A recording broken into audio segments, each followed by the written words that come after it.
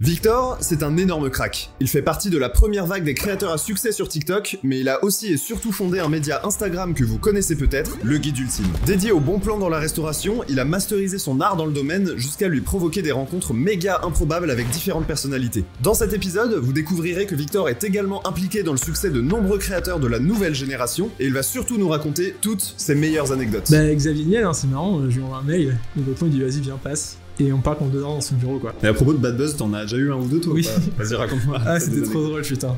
Allez. Victor Apchi dans Solocrea, c'est parti. Bienvenue Victor sur Solocrea, je suis ravi de te recevoir sur l'émission.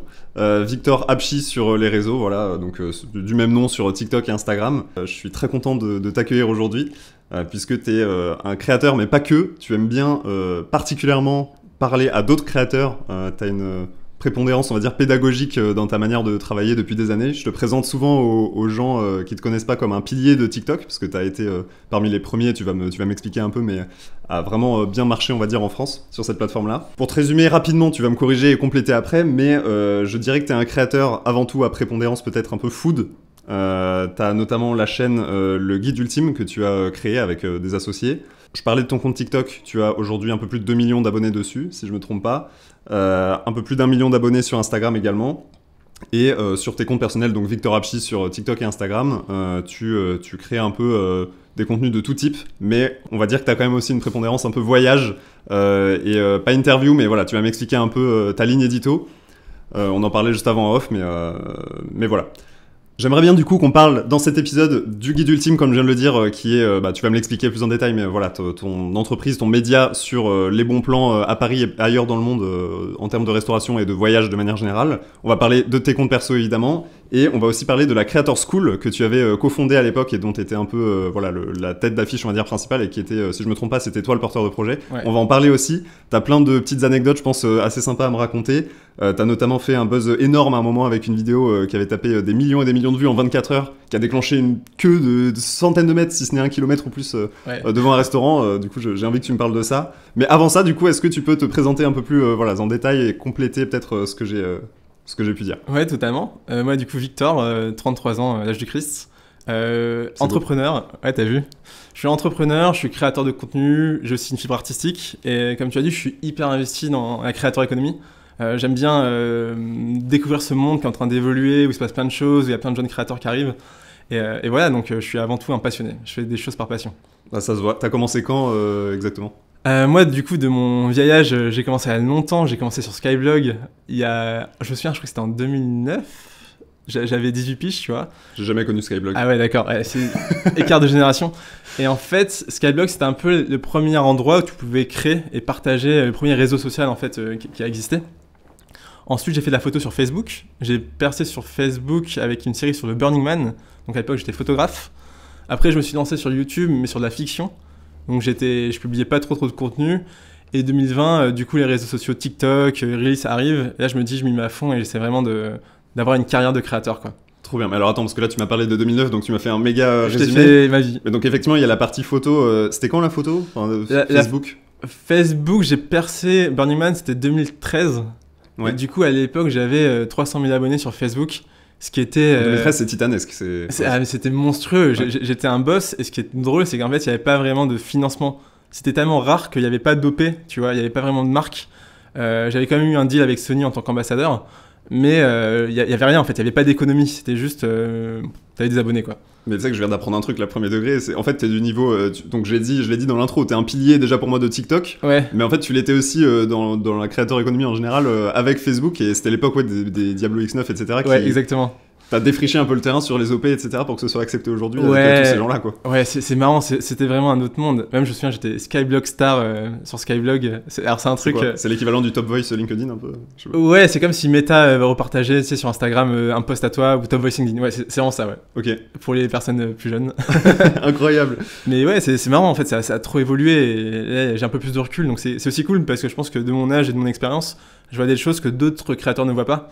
Et du coup, tu vois, des fois, je parle des créateurs et je leur dis, mais tu te rends pas compte, ce que tu fais, c'est trop bien, il faut que tu te structures et tout, mais tu peux en vivre, quoi. Il y a moyen de faire des choses. Ouais, on va y revenir juste après, mais t'as Alors peut-être pas, tu vas peut-être pas t'attribuer le lancement en tout cas, mais selon moi et pour beaucoup de personnes, t'as lancé en tout cas certains créateurs et certaines de leur carrière, ou en tout cas beaucoup aidé certains d'entre eux à performer, ou en tout cas beaucoup plus vite que s'ils n'avaient été seuls. Bah, je pense que j'ai aidé certaines personnes à accélérer, mais en fait c'est des gens qui avaient ça en eux, tu vois. J'ai pas des pantins que j'ai lancés en mode ok, toi tu vas être créateur de, tu vois, j'arrête un mec dans la rue, je dis tu vas devenir influenceur. C'est pas comme ça. Bien sûr, mais j'adore donner des conseils, j'adore aider des gens à créer, quoi. Ouais. En tout cas, t'es un mentor pour beaucoup de créateurs, même que j'ai pu rencontrer, etc., et qui le disent ouvertement, et même certains que j'ai reçus ici sur ce podcast, un peu à la manière, je sais pas, des entrepreneurs ou des startups où les fondateurs ont souvent voilà, des mentors un peu qui vont, des anges gardiens qui vont les accompagner dans leur carrière. Voilà, toi, tu fais un peu partie de ces figures-là pour beaucoup de créateurs, donc c'est méga intéressant. On va en parler. J'essaye. En tout cas, ça me fait plaisir. Je fais vraiment par kiff. Non, bah, c'est trop cool. Franchement, j'ai énormément de questions à te poser sur tous ces sujets-là. Ça va être méga intéressant. Si je reviens du coup sur le début, on va dire, de ta carrière de créateur. Ouais. T'as commencé à en vivre quand du coup? Parce que là, ce dont on parle, c'était il y a presque 15 ans. Enfin, 2009, c'était il y a plus de 15 ans. Ouais. 2013, c'était il y a 12 ans. Donc, à partir de quand justement t'as commencé à faire peut-être des EP ou à en vivre juste En gros, moi, ma vie, c'est que j'ai fait la série photo du Burning Man qui a cartonné juste après avoir fait mon master. Et du coup, je me suis dit, je vais essayer de vivre de ma création. J'ai eu beaucoup de chance parce que je pense que si j'avais pas fait cette série photo, j'aurais trouvé un CDI classique. Et cette série, j'avais gagné, je crois, 25 000 € en tout à l'époque. Et huge de fou. C'était énorme, surtout pour moi à l'époque, où j'avais zéro thune, tu vois. Et donc, j'ai gardé cet argent de côté. Je me suis dit, ok, je vis comme un moine et j'essaye de créer. Et en gros, après, je me suis peut-être un peu branlé, on va dire. Non, j'ai beaucoup voyagé. J'ai beaucoup voyagé parce que je me suis dit, ma vingtaine, c'est une période où je veux découvrir le monde et j'ai pas besoin d'argent et c'est pas important. Et après, j'allais arriver à la trentaine avec le Covid. Et là, je me suis dit, je veux de l'argent. J'ai changé un peu mon mindset parce que je voulais de la sécurité, peut-être faire une famille ou quoi, tu vois. Donc là, je me suis dit, ok, comment j'essaie de gagner de l'argent de ma création? Et c'est au moment où TikTok est arrivé. Et moi, j'avais un peu raté le coche Instagram en tant qu'influenceur parce que j'étais huge sur Facebook. Et tu vois, t'as un peu ce truc, comme les youtubeurs, beaucoup ont raté le coche de TikTok. Quand t'es huge sur une plateforme, t'en as une autre qui arrive, t'as un peu de mépris et t'as pas envie de te re-challenger, tu vois. Tu te fais disrupter. Ouais, c'est ça. T'as l'impression de te faire disrupter. En fait, toi, t'étais le mec big sur Facebook en 2012-2013. Ouais. Insta, le rachat, c'est en 2012, donc ça explose un peu, enfin 2-3 ans après, quoi, le temps que Meta fasse ses trucs. Et après, t'as TikTok, effectivement, en 2020. Ouais. Okay. Et donc, TikTok 2020, je m'y mets à fond, je charbonne, je faisais des voyages à vélo, j'avais notamment traversé l'Asie à vélo. Et je commence à raconter ça sur TikTok et tout de suite ça cartonne. Ma première vidéo elle fait genre 8 millions de vues. Et là je me dis ok, il y a un truc à craquer, tu vois. Ta première? Ouais. C'était avec un chien qui me suivait à vélo en Chine. Et là je me dis ouais, il se passe un truc avec TikTok, j'y crois. Et c'est marrant parce que ma meilleure pote, on en parle un jour, elle me dit mais ça te rapportera jamais rien dans ta vie TikTok. En fait, elle a eu vraiment très tort. Qui est cette personne? Name drop? Non, elle s'appelle Marianne. C'est pour ça qu'elle avait écouté, mais... Et en tout cas, ouais, je me suis dit, moi j'y crois. J'y croyais avant les autres parce que c'était hyper mal vu sur TikTok, surtout à mon grand âge, tu vois. C'était vraiment la plateforme de gamins qui dansaient. Et moi je me suis dit, ben non, l'algo il est trop bien, le format il est trop bien, il y a des choses à raconter. Et du coup, j'étais un peu précurseur parce que je racontais des choses que plein de gens racontaient pas. Par exemple, la nourriture. J'étais un des premiers à vraiment parler de bouffe sur TikTok. Et à l'époque, on parlait pas de bouffe. C'est bizarre, hein. Aujourd'hui ça paraît absurde. Ouais. Mais c'était pas un truc qui se faisait. Et du coup, moi en faisant ça, j'ai lancé notamment Manger, cassez-vous. Ce qui a fait une vidéo ultra virale, les burgers pas chers, une histoire de fou. Tu veux que je te raconte l'histoire? Vas-y, raconte-moi l'histoire, parce que c'est incroyable, il faut que les gens sachent. En gros, une pote me dit, il y a des super burgers à côté de chez moi à 2,70, c'est pas du tout connu. Moi au début, je veux pas y aller parce que je me dis, c'est vraiment pas cher, c'est de la merde. Et elle finit par me forcer à y aller. Et en fait, incroyable, super burger maison d'un mec qui a un master de philosophie et qui essaie pas de gagner de l'argent, qui a une sorte de philosophie autour du burger accessible, un peu communiste du burger, tu vois. Et cette phrase. Ouais, c'est drôle, mais une histoire, un mec hyper attachant, hyper atypique et tout. Et donc je me dis putain, faut trop en parler sur les réseaux sociaux. Donc je fais un storytelling où j'enquête, j'y vais, je comprends pas pourquoi c'est si peu cher et je raconte son histoire. Et en tout, ça fait plus de 10 millions de vues cumulées sur TikTok. Et l'impact, parce que j'ai vu l'impact réel, c'est des queues de fous devant son resto, tellement qu'à un moment il a dû fermer 1 mois pour faire des travaux parce qu'il n'arrivait plus à accueillir tout le monde. Et donc après il en a ouvert 2, 3, 4, 5. Depuis il a revendu à un de ses potes, mais une histoire de zinzin. Et surtout, moi c'est vraiment là où j'ai réalisé que derrière les vues, il y a de l'impact. Tu vois, et c'est pour ça que j'ai lancé aussi le guide ultime, pour me dire ouais, on peut trop aider des artisans, on peut trop fédérer les gens et transformer. Et moi j'adore quand je fais une vidéo et qu'après il y a des gens dans un resto. Tu sais, ça semble vraiment la transformation en la réalité d'une création artistique. Ouais, qui a un impact réel. Ouais. Voilà. pas juste du divertissement entre guillemets, Ouais. enfin, en plus en tout cas. Donc du coup là on comprend, enfin moi de ce que je comprends c'est qu'il y a voilà cette suite logique, où tu dis que tu t'es branlé quand t'as voyagé, mais c'est pas le cas parce qu'en fait j'imagine que ça t'a inspiré d'une certaine manière pour ton contenu voyage par la suite. Tu m'as parlé de ta première vidéo qui a buzzé sur TikTok, ta première série de voyages Ouais. en Asie, etc. Est-ce que ça t'avait inspiré ou c'est juste que c'était ton truc du moment et il y a TikTok qui est arrivé au milieu, tu t'es dit bah vas-y je le filme et je poste? En fait, si j'avais pas fait ce voyage en vélo en Asie, j'aurais eu rien à raconter, je me serais pas lancé sur TikTok. Mais au moment de faire ce voyage en vélo, je me dis pas ça parce que TikTok n'existe pas. Mais effectivement, tu vois, c'est vraiment ce truc de connect the dots. Après, tu vois, en fait, ce que tu fais, ça a du sens. Et il y a un moment où tout va s'aligner et il faut juste avoir un peu confiance en la vie. Ce qui est très dur comme discours, je l'entends, quand tu galères, que t'as pas de thunes et que tu fais des trucs. Mais moi, ça a vraiment été mon cas. Moi, c'est vraiment, j'ai essayé de faire ce que j'aime et j'ai eu la chance de trouver une forme de succès et d'argent dans ce que j'aimais, quoi. Mais c'est toujours faire ce que j'aime qui m'a animé au début. Je comprends. C'était quoi ton milieu social, on va dire, d'où tu venais? Donc tu m'as dit que t'as fait un master, est-ce qu'il t'a servi par la suite? C'était un master de quoi rapidement, mais en tout cas pour ouais. situer. Bah, mon père est immigré égyptien, mais il a vraiment charbonné, il est devenu prof à la fac. Et ma mère, elle vient du sud de la France, et elle est prof aussi. C'est incroyable parce que je savais pas, mais moi aussi. Les deux, littéralement. Ils sont profs? Ah non, ton père est immigré. Mon père est immigré, ouais. Ouais. Et il est devenu prof, mais de danse. Ouais. Et ma mère est du sud de la France aussi. Ah, trop marrant. Et elle est devenue prof aussi. c'est hyper drôle, c'est hyper rare. Égyptien aussi. Ouais, mais c'est ce que je dis quand Trop je t'ai marrant. rencontré, parce que des franco-égyptiens, il y en a très très peu. Ouais, il y en a, j'en connais deux. Il y a toi et Mido, peut-être que tu connais. Mais oui, je connais Mido aussi. Bah voilà, mais c'est ça. il est pas que égyptien. Peut-être. Ouais, Mais ça compte. ouais, c'est trop marrant. Putain, viens, on va faire un club, on va être Ouais. 4, ça va être incroyable. On va être 3 ou 4, ouais. C'est un hobby de fou. Pardon. Bref, Ouais. c'était pas le sujet. Ouais, donc parents quand même qui me disaient il faut faire des études. Moi, j'ai détesté mes études supérieures. Je faisais tout pour passer au minimum. Et vraiment, j'étais déprimé après ma L2 parce que j'étais à Nanterre, je connaissais personne, c'était triste, c'était froid, je vivais dans un 11 mètres carrés. Vraiment, j'avais pas ce que j'attendais du monde, tu vois. Et du coup, je suis parti en Erasmus. C'était quoi comme étude, pardon, que tu faisais? Éco-gestion. Éco-gestion, pardon. Ouais. Donc s'il y a des profs qui m'écoutent je sais pas, d'éco-gestion, ou des élèves en éco-gestion, peut-être que depuis c'est mieux. Mais en tout cas, c'était pas pour moi. Je dis pas que c'était une mauvaise formation, c'était gratuit. Et c'est formidable d'avoir une formation gratuite en France. Ça coûte très très cher à l'étranger. Au moins, j'ai quitté mes études, j'avais pas de prêt, tu vois. Et donc, ouais, je suis parti en Erasmus. Erasmus, j'adore, je me dis putain, le voyage, la découverte. Donc je rentre en France, je repars dans un autre échange à Bangkok. Et après, je reviens, et là, je pars au Burning Man, et c'est là où je fais ma série photo. Et on est d'accord qu'à l'époque de Facebook, t'en vivais pas, enfin en tout cas tu dégageais pas, même avec peut-être les tout premiers partenariats, t'avais pas assez de revenus pour en vivre, on est d'accord? Et c'est ça qui... Ouais. En gros, t'as eu tes 25 000 et tu t'es pas dit je suis au début d'une carrière, j'accélère. Qu'est-ce qui t'a fait choisir, on va dire, le fait de voyager? C'est vraiment que t'avais cette envie-là et tu l'as priorisé ou juste tu pensais pas que c'était possible d'en vivre Ouais, Facebook m'apportait pas de D-Flow à l'époque, juste Sony qui m'avait offert 8 000 € de matos, qui pour moi était incroyable. Je me souviens quand ils m'ont annoncé ça, je me suis dit mais c'est pas possible de m'offrir tout mon matos, sachant qu'en plus ça coûte hyper cher les matos photo. Ouais. Donc c'est trop bien parce qu'avant j'avais juste un vieil appareil que j'avais acheté d'occasion sur le Bon Coin. Donc ouais, j'avais du matos mais j'avais pas de thunes. Et donc quand j'ai récupéré l'argent du Burning Man qui est lié à des séries photos, à la vente de tirages, etc., j'avais moins la vision business à l'époque parce que j'avais pas trop d'entourage business en fait. Donc je me suis dit je vais mettre cet argent de côté et je vais voyager. Parce que ça me permettra de faire plein de choses. Et j'ai voyagé vraiment sans argent, tu vois. Enfin, avec très très peu d'argent. Donc en fait, cet argent m'a tenu plusieurs années. Pas de regret du coup vis-à-vis de ça, et puis de toute façon, je veux dire, voilà. Moi, j'ai pas de regret sur la vie. Mais c'est vrai que c'est intéressant, je pense, surtout pour les artistes, les créatifs. Et c'est ce que je dis souvent aux créateurs de contenu.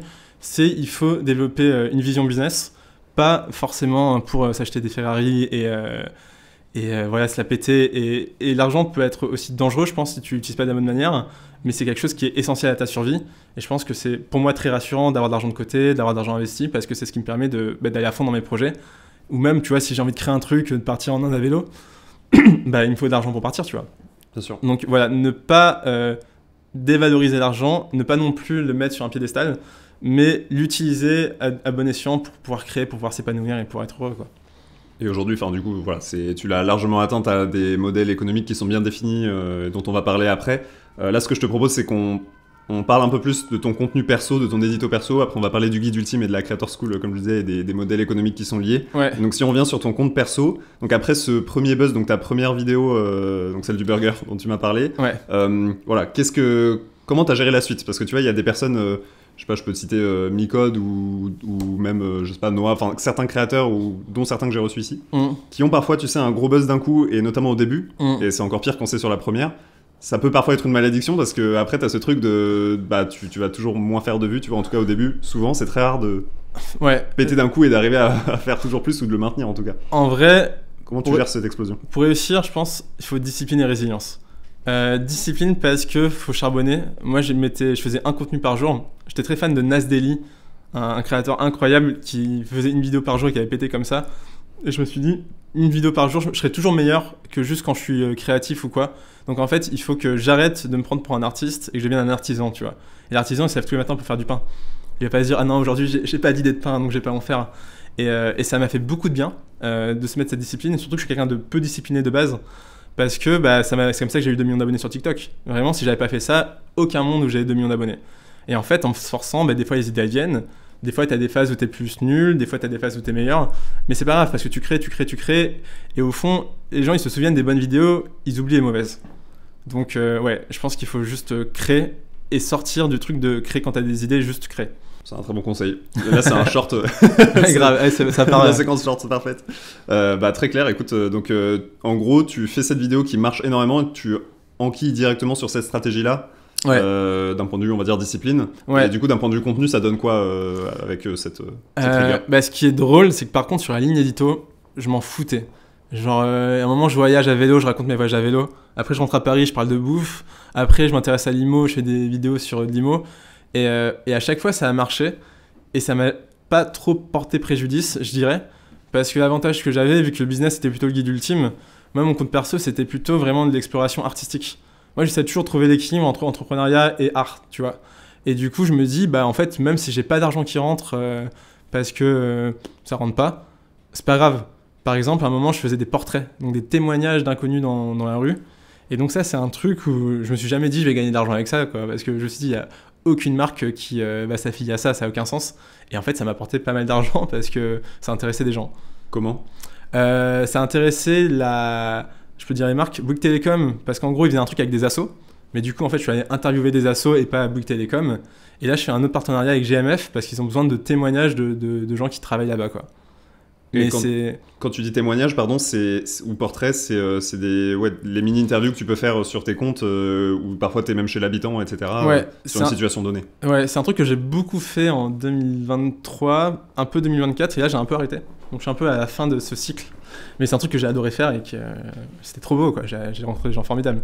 T'as des histoires justement marquantes un peu J'en ai plein, et il y en a une qui est hyper marquante, j'ai rencontré un gars, un tueur, je sais pas en série, mais en tout cas un gars qui a fait de la prison, qui a tué et qui me racontait sa vie, tu vois, et qui me disait, c'est intéressant en fait, il me racontait qu'il venait d'un milieu où il s'est fait battre, il y a eu un flingue sur la tempe à 10 ans, sa mère a voulu le tuer, enfin, c'était très profond, et c'est quelqu'un qui fait peur un peu, tu vois, et en même temps qui m'a parlé un peu de ses vulnérabilités, ses fragilités. C'était un truc très marquant pour moi, quoi, parce que j'étais là genre waouh, j'ai rencontré un tueur en série, quoi, c'est bizarre. T'étais en mode en RP Charles Villa. Ouais, mais c'était à Paris, tu vois, heureusement. Okay. Est-ce que t'as eu des histoires touchantes un petit peu, enfin c'est souvent ça en tout cas que tu partages aussi? Ouais, j'en ai eu 1 milliard, des histoires touchantes, des gens qui me parlent de leur vie et tout. J'en ai même pas une qui ressort parce que quasiment toutes, pour moi si l'histoire est pas touchante, ça sert à rien à publier. On va arriver du coup sur le guide ultime, j'aimerais bien qu'on en parle. Et déjà la première question que j'ai pour toi à ce sujet, c'est qu'est-ce qui te fait prendre la décision de créer un compte séparé, donc le guide ultime? Peut-être qu'au début, est-ce que c'était dès le début un projet d'entreprise de médias ou est-ce qu'au début c'était juste un compte séparé? Et pourquoi tu prends cette décision plutôt que de tout faire sur ton compte voilà, vu que tu faisais déjà un peu des contenus sur la food. Ouais, en fait, je me suis associé avec quelqu'un qui s'appelle Nora, qui est vraiment un profil plus entrepreneur, et je pense que tous les deux on avait une conviction plus entrepreneuriale. Moi, le guide ultime, je voulais aussi que ça soit des events, que ce soit des choses qui ne soient pas que de l'influence. Parce qu'en fait, je voyais aussi la fragilité de l'influence et je me dis, faut pas mettre tous les œufs dans le même panier, tu vois. Tu peux m'expliquer ce que c'est le guide ultime, pardon pour... Alors, le guide ultime, c'est un média qui parle de bonnes adresses, qui fait des events, et nous, notre motto, c'est notre mission vous régaler. Donc en fait, l'idée, c'est de faire kiffer les gens qui habitent à Paris ou en Ile-de-France. Et il n'y a pas que l'Ile-de-France des fois, enfin, je veux dire, tu partages, je sais pas, des bons plans ailleurs aussi, mais c'est principalement Ile-de-France. On est principalement Ile-de-France parce qu'on est basé à Paris, mais des fois, ça nous arrive de partir à Marseille, Toulouse ou faire une vidéo à droite à gauche, et à chaque fois, ça cartonne parce que les gens, en fait, quand tu apportes de la valeur, les gens, ils sont contents. Donc c'est un média qui est sur toutes les plateformes et qui est principalement sur Instagram, parce qu'Instagram a quand même une grosse composante food. Donc on a 1,3 million d'abonnés et on fait, je crois, à peu près 40 millions de vues par mois sur la plateforme. Donc c'est quand même un gros média avec en moyenne un peu plus d'une vidéo par jour. Et moi je dois faire peut-être une vidéo par semaine. Donc voilà, je suis pas mal en retrait. Et ouais, c'est un projet que j'adore parce que on a fait plein d'events, on a fait plein de trucs de fou, on a aidé plein d'artisans. Sans m'auto-flatter, je suis très fier d'avoir eu un impact positif chez des artisans. Et voilà, c'est un truc qui est fait avec passion. Et aussi, je travaille avec mon meilleur pote qui s'appelle Ali sur cette boîte. Et c'est une fierté aussi de bosser avec un pote sur un truc et qui marche, quoi. Bien sûr, et du coup c'est un succès à tous les niveaux de ce point de vue-là, et on retrouve la dimension impact dont on parlait ouais, avant. moi l'impact c'est vraiment le truc qui me motive, tu vois. Okay. Je trouve que quand t'as de l'impact c'est cool, tu dis au moins c'est utile. Ouais, et donc du coup c'est le fruit d'une rencontre avec ton associé. Ouais. Ou est-ce que c'était un projet prémédité et tu cherchais quelqu'un? Enfin, si tu peux me raconter juste rapidement, peut-être pour des créateurs qui aujourd'hui ont un compte qui marche bien ou qui est en croissance, ouais, et qui se demandent, qui ont plein d'opportunités. Ouais. Comment ça a commencé? Tu gères cette situation, ouais. En fait, de base, moi j'avais mis une story sur mon compte perso pour créer le guide ultime qui devait être un bouquin. Et donc Nora, qui était aussi graphiste, m'avait contacté. Et en fait, le truc il a un peu marché sans que personne s'y attende vraiment. Je pense que ni moi ni elle, on s'attendait à ce succès. Notamment parce qu'il y a eu des vidéos courtes. En fait, Insta a lancé les Reels, donc c'était le moment où on a commencé à partager. Et au fur et à mesure, ça a grossi.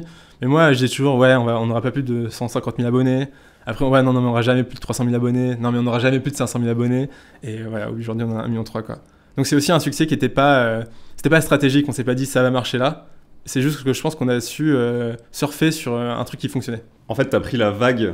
T'as réussi à prendre la vague TikTok au moment où c'était, ça a explosé, donc 2020, 2021. Ouais. Et après, la vague des Reels sur Instagram, du coup, en 2022, pareil, avec le guide ultime. Ouais, je crois que c'était fin 2020 2021 que Instagram a lancé les Reels. C'est en 2022, c'est début 2022, je crois. T'es sûr de ça? À 90%. Non, parce que moi, je me suis lancé à fond sur TikTok. Ouais, ça a plus de sens. Début 2020 et à fond sur Insta fin 2020. Et ouais, quand j'ai vu le feature Reels, je me suis dit, waouh, en fait, faut tout arrêter. Je me suis dit, les photos, c'est fini. Reels, ils vont pousser à fond parce que TikTok arrive et prend grave des parts de marché. Et donc, il faut tout donner sur Reels. Et c'était une super strat. Parce qu'en fait, il y avait des jours où on gagnait 30-40 000 abonnés, tu vois. Parce qu'en fait, au début, il n'y avait personne et Reels qui poussait les vidéos. Donc, tu faisais des vidéos un peu bien craftées, mais c'était un truc de ouf en vrai. Comme sur TikTok d'ailleurs, avant, aujourd'hui, il y a beaucoup plus de concurrence et de contenu, etc. Aujourd'hui, c'est la guerre sur TikTok. Hein. Ouais. Franchement, même un contenu bien crafté et tout, si la go il aime pas trop, que t'es pas hyper sharp, il peut pas le montrer, quoi. J'ai envie de te poser des questions pour partager peut-être des conseils un peu actionnables, tu vois, pour des créateurs ou des gens qui sont curieux ou qui aiment juste faire ça, même sur leur temps libre. Ouais. C'est quoi un bon contenu food sur du format short, du coup, enfin format court? Des belles images. Donc moi, je conseille plutôt l'iPhone, parce que l'iPhone, c'est quasiment toujours quali. Et j'ai l'impression que l'export est mieux sur Instagram. Je sais pas s'ils ont un deal ou un truc. Donc des très belles images qui donnent envie. Une belle image, c'est une image qui donne faim. Un bon storytelling où tu racontes une histoire, où c'est clair et où t'as pas envie de swipe. Tu vois, par exemple, moi j'ai beaucoup de liens qui connectent car, mais, par contre, du coup. C'est comme ça que ça donne un truc beaucoup plus fluide. Et après, c'est avant tout une adresse que toi, t'aurais envie de partager à tes potes. Ça sert à rien de mentir sur l'envie de créer. Enfin, tu vois, faut vraiment avoir une motivation profonde personnelle. Et comment tu rends une image, je sais pas, d'une assiette ou d'un burger typiquement belle? Parce que t'as toujours ce truc où quand c'est toi qui fais la photo ou la vidéo, t'es en mode juste ça rend pas bien. Ah, mais non, ça c'est toi. Hein. Ça c'est juste moi. Moi je me dis pas ça. Là, c'est un travail sur la lumière. Souvent, je filme dehors quand la lumière est dégueulasse à l'intérieur. Et c'est bizarre parce que je suis dans la rue, mais je m'en fous, tu vois. Les gens, ils doivent vraiment prendre pour un con. Je suis là avec mon assiette. Ouais. Tu vois, ouais. Mais c'est aussi le jeu. Et moi, de toute façon, mon focus quand je fais une vidéo, c'est comment je peux faire la meilleure vidéo possible. J'en ai rien à foutre de passer pour un con ou pour que les gens disent c'est un influenceur et tout, ça pète et tout. Mais comme quoi, en gros, c'est un peu ça le type de conseil que je cherchais, effectivement. C'est que, voilà, c'est un vrai truc, c'est que tu sors dehors. Parce que la lumière est importante et que tu prends en photo ou que tu filmes le plat dans cette condition-là. Ouais. Parce que quand tu le fais en intérieur, c'est moche souvent. Toujours regarder la lumière, être obsédé par la lumière, n'hésite pas à demander, tu vois, si t'es à l'intérieur, à côté de la fenêtre. En fait, il faut être obsédé, tu vois, faut vraiment faire les trucs bien et à fond et être ok et manger froid, tu vois. À un moment, je ramenais des potes parce que j'avais pas tout mangé ce qu'on donnait et je leur dis, il y a une seule règle qui est chiante, c'est qu'il faut manger froid. Enfin, faut pas manger froid, mais si mes plans sont pas bons, j'ai refait 15 fois. Et si ton plat il est chaud et que tu vas dehors et qu'il fait froid, bah oui, tu vas rentrer, il va être tiède. Mais c'est la règle, t'es là pour la vidéo et le plus important c'est la vidéo, quoi. Et tu vois, ça semble évident pour toi et peut-être pour les créateurs qui font des contenus comme ça, mais en fait, de l'extérieur, quand tu le vois, tu te dis juste, ah bah il a pris en photo son plat ou il a pris une vidéo. Tu te rends pas compte le travail, en tout cas l'implication, l'obsession que ça demande, comme tu viens de le décrire, tu vois. Ouais, il faut faire les choses bien avec le cœur, c'est hyper important. Surtout que les réseaux, tout le monde a accès à un téléphone. Donc en fait, tout le monde peut en faire. Et ce qui fait la différence, c'est vraiment de faire les choses bien, quoi. C'est quoi les erreurs que tu as pu faire au début et que tu fais plus aujourd'hui, mais en tout cas, voilà, si on reste sur les contenus food. Ouais. Moi, ma plus grande erreur, c'est de pas publier pendant longtemps, par peur de pas créer des trucs parfaits. Et du coup, quand je fais un truc qui marche, pareil, ça me bloquait, parce que je me dis, ça sera jamais aussi bien que ce que j'ai fait. Donc en fait, ma plus grande erreur, c'est pas d'avoir publié régulièrement et en fait, de s'en battre les couilles. Je pense qu'au début, il faut vraiment s'en battre les couilles. Et à un moment, ça commence à marcher, et là, tu dis, ok, il y a un truc à faire. Mais il faut débloquer ce truc où tu t'en bats la race, d'être moche, d'être pas bien, que la vidéo soit nulle, que t'aies un peu honte, tu vois, de ce que tu fais, pour après juste faire, quoi. Je trouve qu'elle est dure à passer cette étape. Moi, tu vois, je considère que je l'ai pas encore passé. Ouais. J'arrive pas du tout à m'en battre suffisamment la race. Ouais. Tu vois, de faire. Parce qu'en gros, il faut cumuler plusieurs choses. Il faut accepter de se trouver moche, d'être moche, de faire 3 vues, d'être cringe potentiellement avec les gens qui te connaissent et qui vont dire, mais qu'est-ce qu'il fout celui-là? T'as des conseils pour passer cette barrière ou c'est juste faut y aller et c'est difficile comme sauter dans l'eau froide, tu vois, mais voilà. En fait, c'est cringe jusqu'à ce que ça marche. Bah oui. Je ferais exactement les mêmes vidéos sur le guide ultime, mais je ferais 200 vues, ça serait ultra cringe. Parce que je dirais, putain, le mec il try hard, ça marche pas, il se prend trop pour quelqu'un et tout. Donc en fait, il faut accepter la phase cringe et se dire, en fait, c'est ok, t'es juste humain. Donc même si t'es extrêmement laid, les gens s'en foutent, c'est important, c'est ce que tu racontes. En fait, c'est ça, faut sortir son ego. Moi, je suis là pour parler de la bouffe, je suis pas là pour me parler de moi-même. Donc en fait, je suis que narrateur. Et finalement, ce qu'on va juger, c'est pas moi, c'est ce que je raconte. Donc c'est mon travail et mon écriture, mon montage, etc. Bien sûr, c'est un équilibre à trouver parce que dans cet exemple-là, encore une fois, si tu fais des plans qui sont moches, je veux dire, voilà, tu t'es pas là pour te mettre en avant toi, donc c'est pas grave si t'aimes pas comment toi tu rends. Par contre, il faut que la bouffe rende bien. Mais peut-être tu peux essayer d'être volontairement un peu cringe et dire ouais, cette vidéo est cringe, vas-y, je la publie. Tu vois, juste pour c'est un peu ce truc du rejet. Accepter le rejet, c'est que tu vas voir des gens dans la rue, tu te fais rejeter, tu vois, c'est un truc et au bout d'un moment, t'as moins peur de ça. C'est la douche froide version réseau. Ouais, c'est ça. Et c'est important, je pense, même. En fait, ça fait du bien à son ego de se dire ouais, peut-être je suis un peu moche des fois, ouais, peut-être que je suis un peu cringe, mais c'est ok parce que je suis juste moi et je suis. Tu vois, c'est une manière aussi de s'accepter. C'est pas s'aimer en mode. Ce qu'il faut surtout pas faire, c'est essayer d'être trop beau ou tu vois, un peu trop fake parce qu'en fait, tu vas créer une image qui est fausse de toi. Du coup, ça va être de plus en plus dur de vivre avec ta propre image. C'est pour ça que moi j'adore les voyages à vélo parce que mes plans ils sont dégueulasses, tu vois, je me filme comme ça et tout. Mais j'aime trop ce que je raconte donc je m'en fous. Mais ça transpire l'authenticité et c'est ce que les gens aiment aussi en fait, à la fin. Donc, très clair. Et du coup, t'as toujours tout publié même si c'était méga cringe ou est-ce que t'as quand même ton petit lot de vidéos jamais publiées? C'est pas le cringe que je publie pas quand je suis vraiment pas content. Tu vois, là j'ai fait une collab avec Ganancir, je sais pas si tu vois. Non. Ganancir, c'est le mec qui fait ses visages et tout. J'ai pris le lead, tu vois pas? Non, je vois pas du tout. Ah, mais ce mec est exceptionnel. En gros, il fait des personnages de la start-up et tu vois, genre le boss, le stagiaire. Ah, si, celui qui déforme son visage. Ah oui, putain, oui, j'ai vu plein de fois. Il est exceptionnel. Et du coup, genre, il imite des traders ou le boss des traders et tout. Ouais. Ah, il est trop drôle. J'ai la ref. Et en fait, on a fait une vidéo ensemble et je pense que moi, je respecte beaucoup son travail et lui, je pense qu'il respecte beaucoup le mien. Et en fait, on n'a pas réussi parce que vu qu'il y a des personnages avec des filtres, c'était un peu bizarre la vidéo, tu vois. Et en fait, moi je dis ouais, je suis pas très content. Lui a fait ouais, c'est vrai qu'elle est pas ouf. Et on s'est dit vas-y, on la met pas en fait. Parce que quitte à retravailler, refaire une vidéo ensemble, mais ouais, si la vidéo elle est vraiment pas bien et si on n'est pas fier de ce qu'on a fait, j'ai pas envie de publier non plus, tu vois. Parce que je sais que je peux faire mieux. Normal. C'est dans les cartons quand même du coup. Parce que du coup, maintenant que je vois de quoi il s'agit, ça peut être marrant. Bah, j'espère qu'on refera une vidéo et on aura une bonne idée. Et sinon, non, mais c'est pas grave, tu vois. Tu sais, il y a beaucoup d'artistes, de musiciens notamment, qui publient pas des feats. C'est un truc, tu vois. Et je pense qu'il y a plein de gens, si tu savais les feats qui auraient pu être publiés, qui n'ont pas été publiés, tu pèterais un câble, tu vois.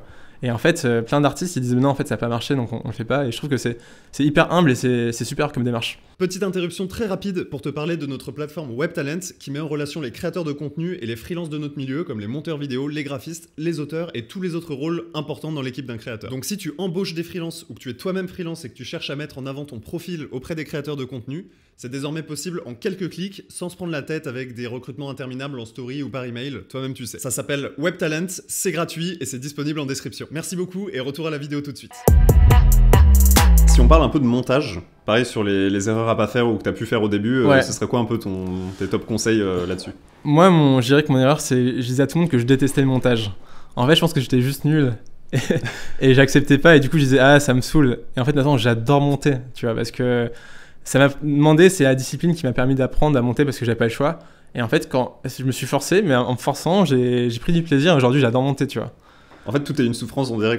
Tu sais, au début, t'es moche, t'es cringe, tu publies, tu fais 3 vues, tu souffres en montant, et en fait, après, ça devient un kiff une fois que t'as passé l'étape. Non, parce que en vrai, c'est quand même beaucoup de plaisir qui me drive, mais parfois, dans le plaisir, il y a des moments de souffrance, je dirais. Et au début, et parfois, le montage, c'est aussi un peu de la souffrance. T'en as marre, t'as tes rushs, t'as machin. Mais c'est cool. Et je pense que les gens qui veulent déléguer le montage au début n'y arriveront jamais. Parce que c'est trop une part de l'écriture. Et bien sûr, à un moment où tu es Squeezie, tu as des super monteurs. Mais si toi, tu n'as pas compris le langage du montage, tu peux pas le déléguer à quelqu'un. Alors, je pense que ça dépend. Ok. Sur YouTube, pour le coup, les codes sont bien établis et dans les formats longs comme ça, c'est différent, je trouve. Par rapport à TikTok, tu vois, où, vu que depuis tout à l'heure, on parle du coup de formats vraiment verticaux. TikTok oui, et Reels. Je suis d'accord avec toi. En fait, il faut pas forcément te buter en montage. Par contre, il faut avoir une sensibilité au montage. Oui. Comme il faut avoir une sensibilité à la lumière. En gros, tu vas pas commencer avec une équipe qui va te cadrer parfaitement, qui va te monter parfaitement, qui va te faire un sound design parfaitement. Donc c'est important quand tu es créateur de travailler un peu les bases. Moi, le truc, c'est que je travaillais même pas le montage. J'étais en mode non, vas-y. Et donc, c'était ça ma plus grosse erreur, je pense. Et tu montais sur quoi? Aujourd'hui, c'est toujours toi qui montes tous tes contenus? J'ai des monteurs, mais j'ai quand même une vraie direction. C'est des monteurs que j'ai hyper bien formés. Il y a notamment Victor avec qui je bosse, qui est très fort, qui s'appelle Victor. Ah, j'ai plus son nom de famille. Je peux pas y faire de la pub. Victor Monteur, c'est son nom sur WhatsApp. Mais je sais ce que je veux en fait. C'est ça qui est important.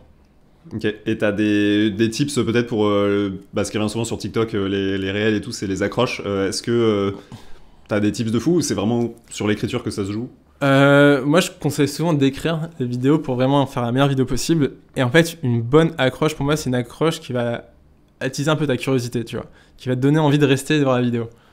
Et donc, faut se poser des questions de comment tu tournes le truc pour que ça soit bien. Mais ça se joue pas au montage, quoi, pour toi. C'est vraiment à l'écriture. C'est plutôt à l'écriture. Après, des fois, si c'est montage, tu peux réécrire, mais l'écriture est trop importante, quoi. Ça te prend combien de temps aujourd'hui de tourner une vidéo comme celle que tu postes sur ton compte Insta par exemple ou TikTok?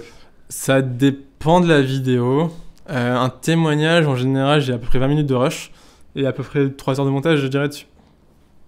Quand même. Ouais, tu dis paradoxalement, pour une vidéo de 1 minute, 1 minute 30, c'est beaucoup de montage. C'est vrai, mais quand t'aimes ça, c'est ok. Et donc t'arrives à tenir ce rythme de une vidéo par jour Non, alors ce rythme est 100% fini. Je suis plutôt à une vidéo par semaine et encore. Mais je suis un peu en mode vitesse de croisière. Tu vois, là, j'essaie de faire du contenu qui est performant. Mais en vrai, il faudrait que je fasse plus de contenu. Mais aujourd'hui, ça pose pas problème, c'est pas... Non, parce que je suis quand même installé, j'ai mes abonnés, j'ai des formats qui fonctionnent. Donc voilà, après, tu sais, souvent je fais le parallèle entre créateur de contenu et sportif de haut niveau. En tout cas, créateur de contenu qui en vit à haut niveau, parce que faut être performant, faut être bon, faut toujours te remettre en question, faut beaucoup travailler, faut beaucoup de discipline. Donc c'est aussi un truc que, moi en tout cas pour ma vie, je pense pas que je serai créateur toute ma vie. En tout cas, j'aurai peut-être une carrière professionnelle, parce que ça demande quand même beaucoup de réflexion et beaucoup de remue-ménage pour rester au top, tu vois. Ah, c'est intéressant ça, donc il suffit pas d'y arriver, ça demande aussi beaucoup d'efforts pour y rester. Est-ce que c'est la même démarche, les mêmes réflexions qu'au début? Parce qu'au début, tu cherches à percer en gros, et après, tu cherches à pas être oublié. Est-ce que c'est la même manière de créer du contenu ou c'est différent? Non, au début, le plus dur, tu penses que le plus dur, c'est de percer, mais en fait, le plus dur, c'est de tenir. Et moi, je connais plus de gens qui ont percé et qui n'ont pas tenu que de gens qui ont tenu, qui ont moins percé, mais vu qu'ils ont réussi à tenir, ils ont une plus grosse carrière, tu vois. C'était quoi ta question? Intéressant. Non, c'était vraiment ça. Donc okay. C'est un insight. Enfin, tu vois, personne m'a jamais dit ça. Ouais. C'est vrai qu'on a l'impression que c'est beaucoup plus dur de percer et qu'une fois justement que t'as X millions d'abonnés, c'est bon, t'as rien à faire, tu vois. Dans l'imaginaire collectif, c'est genre c'est bon, t'as percé. Tu vois. Et une fois que t'as percé, les marques t'invitent, t'as de l'argent, tu fais des vues. Non, pas du tout. Pas du tout. Après, quand t'es quelqu'un comme je sais pas Squeezie ou Maxime Biaggi, en fait, ton image est tellement forte que tu peux capitaliser dessus pendant des années. Mais en fait, si tu capitalises mal, d'ailleurs, tu vois, t'as plein de youtubeurs qui ont disparu. Parce qu'en fait, pourtant, ils étaient au top. Hein. T'as des gens, je vais pas citer parce que c'est pas cool. Mais ça suffit pas, tu vois.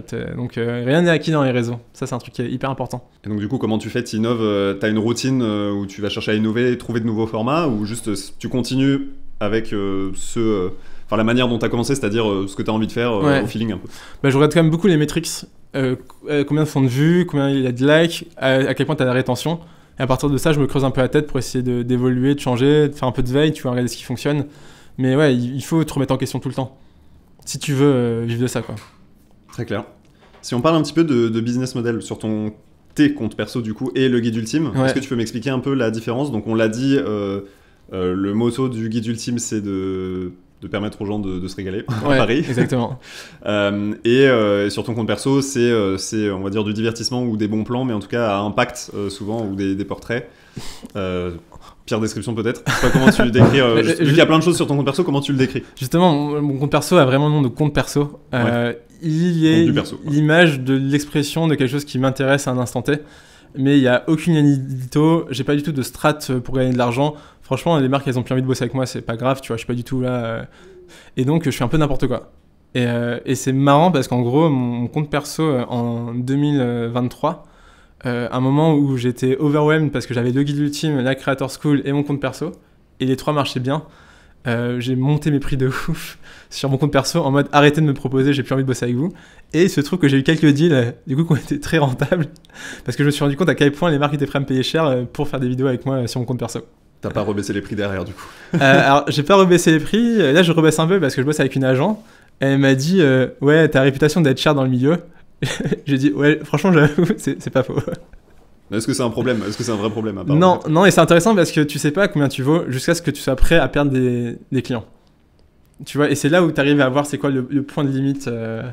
Et moi, ça a été un truc pour les gens qui vivent de ça. Me surpricer, m'overpricer, ça a été trop bien pour comprendre combien je vais aller parce qu'en fait, je me sous-priçais de ouf. Et du coup, je me mettais la pression et en fait, les gens étaient prêts à me payer beaucoup plus, tu vois. Ça, c'est valable pour n'importe quelle boîte ou n'importe quel service ou produit que vous vendez. D'ailleurs, on a toujours l'impression d'être... ça va mieux marcher si on baisse les prix, etc. Mais en fait, non. Des fois, il faut juste monter. Ouais. Ça continue de marcher. Il y a un moment où ça va bloquer. C'est que c'est... Voilà. C'est que ça a pris un peu de limite et c'est intéressant, ouais. Et c'est intéressant, n'empêche, ce point de vue. Tu avais la réputation d'être cher. Est-ce que ça pose problème? Est-ce que c'était juste pour toi, pour voilà, on va dire, optimiser on va dire, ton niveau de revenu? Ou est-ce que c'est aussi vis-à-vis des autres créateurs, etc., où il y a une réputation qui se fait? Comment ça marche? Non. Moi, déjà, j'accepte d'être vraiment un produit sur un marché. Tu vois, c'est des marques qui veulent bosser avec toi parce que t'es cool à un instant T, parce que tu fais des vues. Donc, pour moi, c'est vraiment le jeu. Et je sais qu'un jour, si je suis moins cool, je fais moins de vues, ces marques ne voudront plus de moi. Et c'est OK, tu vois. C'est pas... J'ai pas envie de me battre pour pouvoir être un panneau publicitaire pour les marques, tu vois. C'est pas ça ce qui m'anime. Donc, je fais quand ils veulent de moi parce qu'il faut respecter l'argent et ils me demandent des bons budgets, donc je les prends. Mais je vais pas courir après ça. Après, au niveau des créateurs, moi, j'ai pas du tout ça. J'ai toujours envie d'aider des créateurs. J'ai jamais cru à la concurrence. Genre, j'ai plein de créateurs sur la bouffe.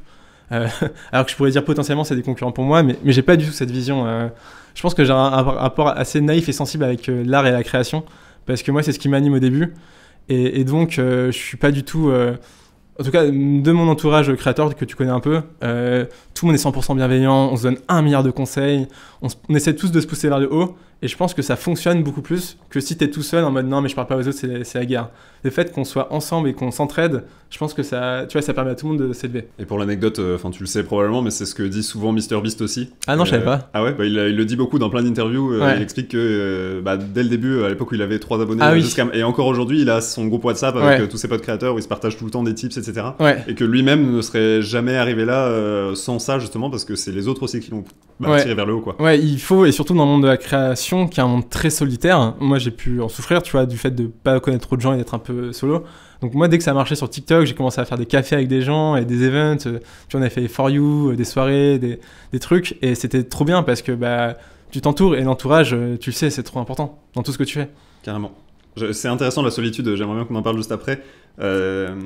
Est-ce que si on revient sur le business model, du coup on parlait de ton compte perso, donc en fait c'est principalement de la monétisation via du coup les sponsors quand ils arrivent, mais en tout cas t'as pas de ligne directrice particulière à ce niveau-là, c'est du bonus. Aujourd'hui toi tes revenus principaux et ton activité quoi on va dire commerciale c'est vraiment le guide ultime. C'est ça. Alors, ça l'a été en tout cas ces dernières années. Ouais, c'est le guide ultime qui génère le plus de chiffre d'affaires, mais le guide ultime, comme ça a beaucoup de charges, l'idée c'est plutôt de valoriser la société pour peut-être un jour la revendre, ou en tout cas qu'elle soit pérenne, et en tout cas qu'elle soit indépendante de ma personne.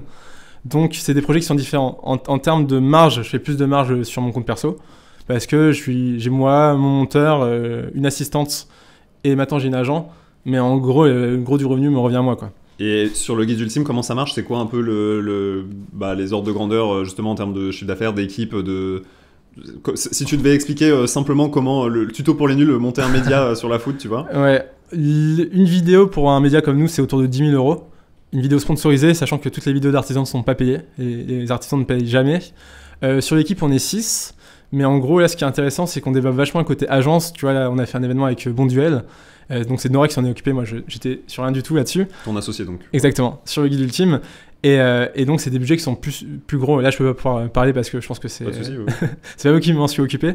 Mais en tout cas, ouais, l'idée, c'est que tu peux faire vivre une équipe de 6 personnes facilement avec un média 1 million d'abonnés. Donc, c'est 6 personnes en vous comptant avec ton associé. Ouais. 40 millions de vues par mois, c'est ce que tu disais. Ça marche comment? Comment est-ce que tu vends tes vidéos? Est-ce que tu vends au CPM et c'est après en fonction des impressions réelles, ou est-ce que c'est un package? Comment ça marche? Alors déjà, il faut savoir qu'on se fait énormément contacter. Donc c'est beaucoup de leads entrants. Okay. Pourquoi? Parce qu'aujourd'hui, on est numéro 1 sur cette niche qui est la food. Et donc les agences, elles sont pas trop chères. Elles regardent les gens, elles regardent les prix et elles prennent un peu en fonction. Après, oui, on a différents formats. On a aussi une newsletter, on a aussi un site internet. Donc on essaye de se diversifier, pas être que dans une vidéo, pour proposer un peu un package aux marques. Mais on s'est beaucoup contacté à une époque, tous les jours il y avait une proposition de collab, quoi. Ok, et donc après le gros de l'activité, c'est trouver de meilleures idées de vidéos pour tous ces leads entrants. En tout cas faire une sélection, faire les vidéos qui vont le plus performer selon vous, quoi. Exactement. C'est ça la problématique, on va dire. Sur le guide et même en perso, c'est toujours un enjeu quand tu bosses avec des marques, de leur dire... Des fois, tu sais, t'as des briefs, c'est tellement éclaté de ouf. Et le problème, c'est que des fois, c'est l'agence qui a vendu ce brief à la marque. Donc toi, tu reçois le brief, tu fais « Franchement, c'est trop éclaté ». Mais l'agence, elle te dit « Oui, mais je peux pas dire que c'est éclaté parce que la marque m'a payé pour ça, tu vois. » Et du coup, tu te retrouves en galère. Et moi, franchement, j'ai fait des vidéos dont je suis pas fier parce qu'en fait, il y a un moment où j'en ai marre, tu vois. Je suis en mode « Non, faut pas faire ça, non, faut pas faire ça ». Et en fait, l'agence, elle s'en bat les couilles. Elle veut juste la thune. Et toi, c'est ton image, elle s'en fout, tu vois. Et donc, il y a des vidéos pourries que j'ai mis, mais du coup, les vidéos, elles marchent pas. Du coup, l'agence, elle fait « Ouais, non, mais en fait, ce créateur était nul, tu vois. » Donc vraiment, t'es perdant à tous les niveaux. C'est ton image qui prend, plus tu te fais pas rappeler derrière parce que... Et moi, j'ai même une collab en plein milieu, j'ai dit « Ok, en fait, on arrête. » Tu vois, il y avait un gros budget, 25 000 balles quand même. Et j'ai dit « Non, on arrête parce que je n'étais plus du tout aligné avec ça. » Et en fait, le fait de dire ça, l'agence, elle a flippé de ouf. Et du coup, elle fait « Ouais, non, c'est bon, ok, on accepte tes conditions, quoi. » Mais j'ai pas fait ça pour ça, je me suis juste dit, en fait, c'est trop pour moi. C'est quoi un peu ce moment où, à quel moment tu sens que t'es trop désaligné, et comment est-ce que tu gères, s'il y a des créateurs qui nous écoutent ou pas, mais en tout cas, comment tu gères Pas avoir peur de perdre un client, c'est la même chose. Ouais. Pas avoir peur de dire, en fait, non. On fait quoi? Tu vois? Et là, j'ai fait un truc, je vais pas dire c'est pour qui, mais c'était pour une asso. Et du coup, là, ça m'a saoulé parce qu'en gros, souvent, moi, c'est gratuit avec des assos, sauf quand c'est une agence qui passe. Parce que l'agence a un budget, donc moi, je prends l'argent de l'agence. Et en gros, là, ça m'a saoulé parce que l'agence me donnait des recos de merde. Et j'étais en mode, non, moi, mon but, c'est de faire une vidéo bien parce que j'ai envie que l'asso, elle soit visible, tu vois.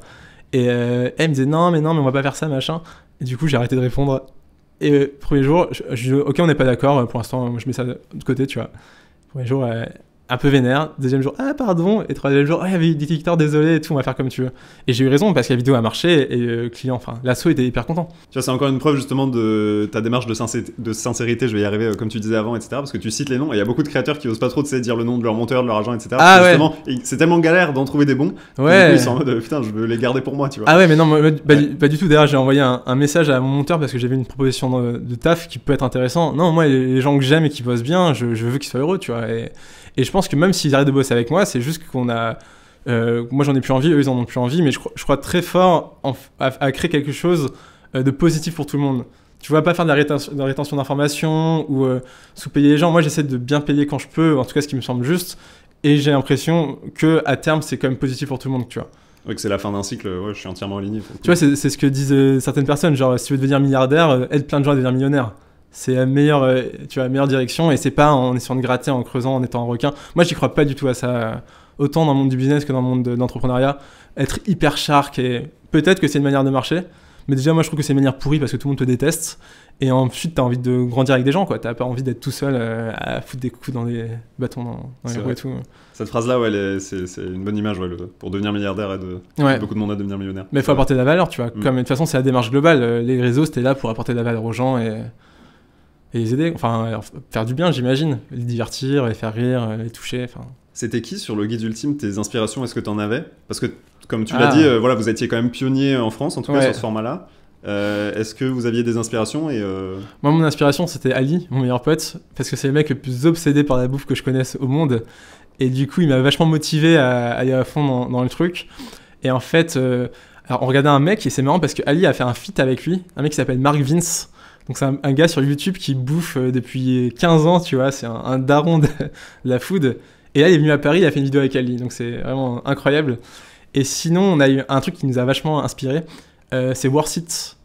C'est là d'où nous est venu le moins cher versus le plus cher. Parce qu'il faisait ça, c'était aux States, c'était... je sais plus c'était quelle page qui faisait ça, mais c'était 2 gars. Et on trouvait leur duo trop marrant, le format il était trop cool. Et souvent, les gens nous disent « Ah ouais, vous êtes inspiré de Morgan VS », que j'ai jamais trop regardé. Je sais pas ce que ça vaut, je pense que c'est bien, vu que ça marchait très bien. Mais nous, c'était vraiment Worth It, l'inspi. Ok, marrant. Ouais, donc juste pour expliquer le concept du moins cher versus le plus cher, bon c'est dans le nom, mais voilà, en Ouais. gros, tu vas aller tester, je sais pas, j'ai regardé il y a pas longtemps le chocolat le moins cher de Paris versus le plus cher de Paris, et Ouais. voilà, et c'est marrant, tu vois. Ouais, c'est drôle. Et puis, je pense qu'on fait un bon duo avec Ali parce qu'on se connaît très bien et on arrive à tirer le meilleur de l'autre. Tu vois, par exemple, Ali, il est nul en cadrage, il est nul, il s'en fout un peu de la technique, tu vois. Mais il est marrant à l'écran, il est passionné. Moi, je suis hyper obsessed par un bon cadre, par machin, mais je suis moins bon à l'écran, j'ai moins envie d'être face cam et tout. Donc, on a fait un super duo et les vidéos, elles ont cartonné. Notamment l'année dernière, on a fait je sais pas combien de millions de vues, peut-être, je sais pas, 100 millions de vues, 200 millions de vues avec nos vidéos, quoi. C'est trop bien comme format, vous allez le garder celui-là, c'est pas comme les portraits où tu me disais que c'était... enfin, c'est Ouais, cool. moi je vois plus de futur à ça parce que et puis surtout vu qu'on est deux, on s'entraide, tu vois. Des fois je suis démotivé, des fois je fais la gueule et il est là, c'est bon, on y va et tout. C'est bien de faire des duos et je pense qu'il y a plein de créateurs qui réussissent grâce à leur duo. Et tu vois, des gens comme bon c'est horrible, mais comment ça s'appelle truc de voiture. À l'époque, Villebrequin. Villebrequin, ouais. Feu Villebrequin. Bah ouais, tu m'étonnes. Et je pense que ça va être très dur pour leur carrière solo parce que c'est dommage. J'ai l'impression qu'il y a eu plein de conflits et ça a vraiment explosé. Mais à mon avis, ils avaient un truc où le duo marchait, tu vois. Et peu importe à quel point tu vas être bon en solo, t'es tout seul. Et du coup, t'as pas de retour, t'as pas de discussion, t'as pas de débat. Et comme des musiciens, en fait, des fois, le groupe, le collectif apporte quelque chose que tu retrouveras jamais tout seul. Ça se vérifie un peu dans le cas de Villebrequin. Ouais. Il y en a un qui marche mieux que l'autre pour l'instant, mais ça peut toujours évoluer et c'est vrai qu'ils ont perdu ça, quoi. Et même, t'es un abonné, t'as pas envie de voir ça, quoi. Après, bon... je sais pas, je connais pas les raisons, mais en tout cas, moi, j'espère qu'avec Ali, un jour, on fera pas ça, quoi. Une vidéo en mode, Je le souhaite pas non plus. Même si on s'embrouille, même si on n'est pas d'accord, il y a aussi des moments dans la création où tu es désaligné, tu as envie d'autre chose, et il faut savoir arrêter au bon moment, quoi. Donc là, on parlait justement de vos inspirations. Est-ce que vous avez senti qu'il y a plein de chaînes ou de médias ou de gens en tout cas qui ont repris vos concepts, en tout cas des petits hacks, des petits trucs spécifiques que vous aviez lancés et qui étaient propres à vous? Bah surtout que j'ai fait des formations, donc il y a plein de gens qui l'ont fait, et là je suis très fier, hein, parce que Paris d'Alexis, donc un gars que je connais des réseaux, qui est un super créateur food, m'a dit qu'il a pris ma formation et que ça l'a vachement aidé. Et je me suis dit putain, trop bien quoi, un mec vraiment top niveau sur la bouffe qui me dit ça, ça me fait plaisir. Trop bien, mais c'est laquelle de formation du coup? Parce qu'on va parler de la Creator School après aussi. J'adorais faire des formations, j'en faisais une par an avec quelqu'un de différent. Donc j'ai commencé tout seul. Ensuite j'ai fait avec Antoine BM. Ensuite j'ai fait avec Elliot Meunier. Antoine. Que tu connais, ouais. Elliot Meunier aussi. Et peut-être avec toi dans le futur, qui sait. Ah bah j'espère. Le teaser. Et le meilleur pour la fin. Bah ouais, j'espère. Et c'est marrant ce truc de... Moi, j'ai toujours été hyper en paix sur les vidéos qu'on m'envoie où les gens me disent « Ah ouais, ils te copient grave et tout ». Je dis « Bah non, c'est des vidéos courtes sur Internet, on parle de bouffe, ça va ». Il y en a un où ça m'a saoulé. Ça m'est arrivé une fois et j'ai repartagé en story.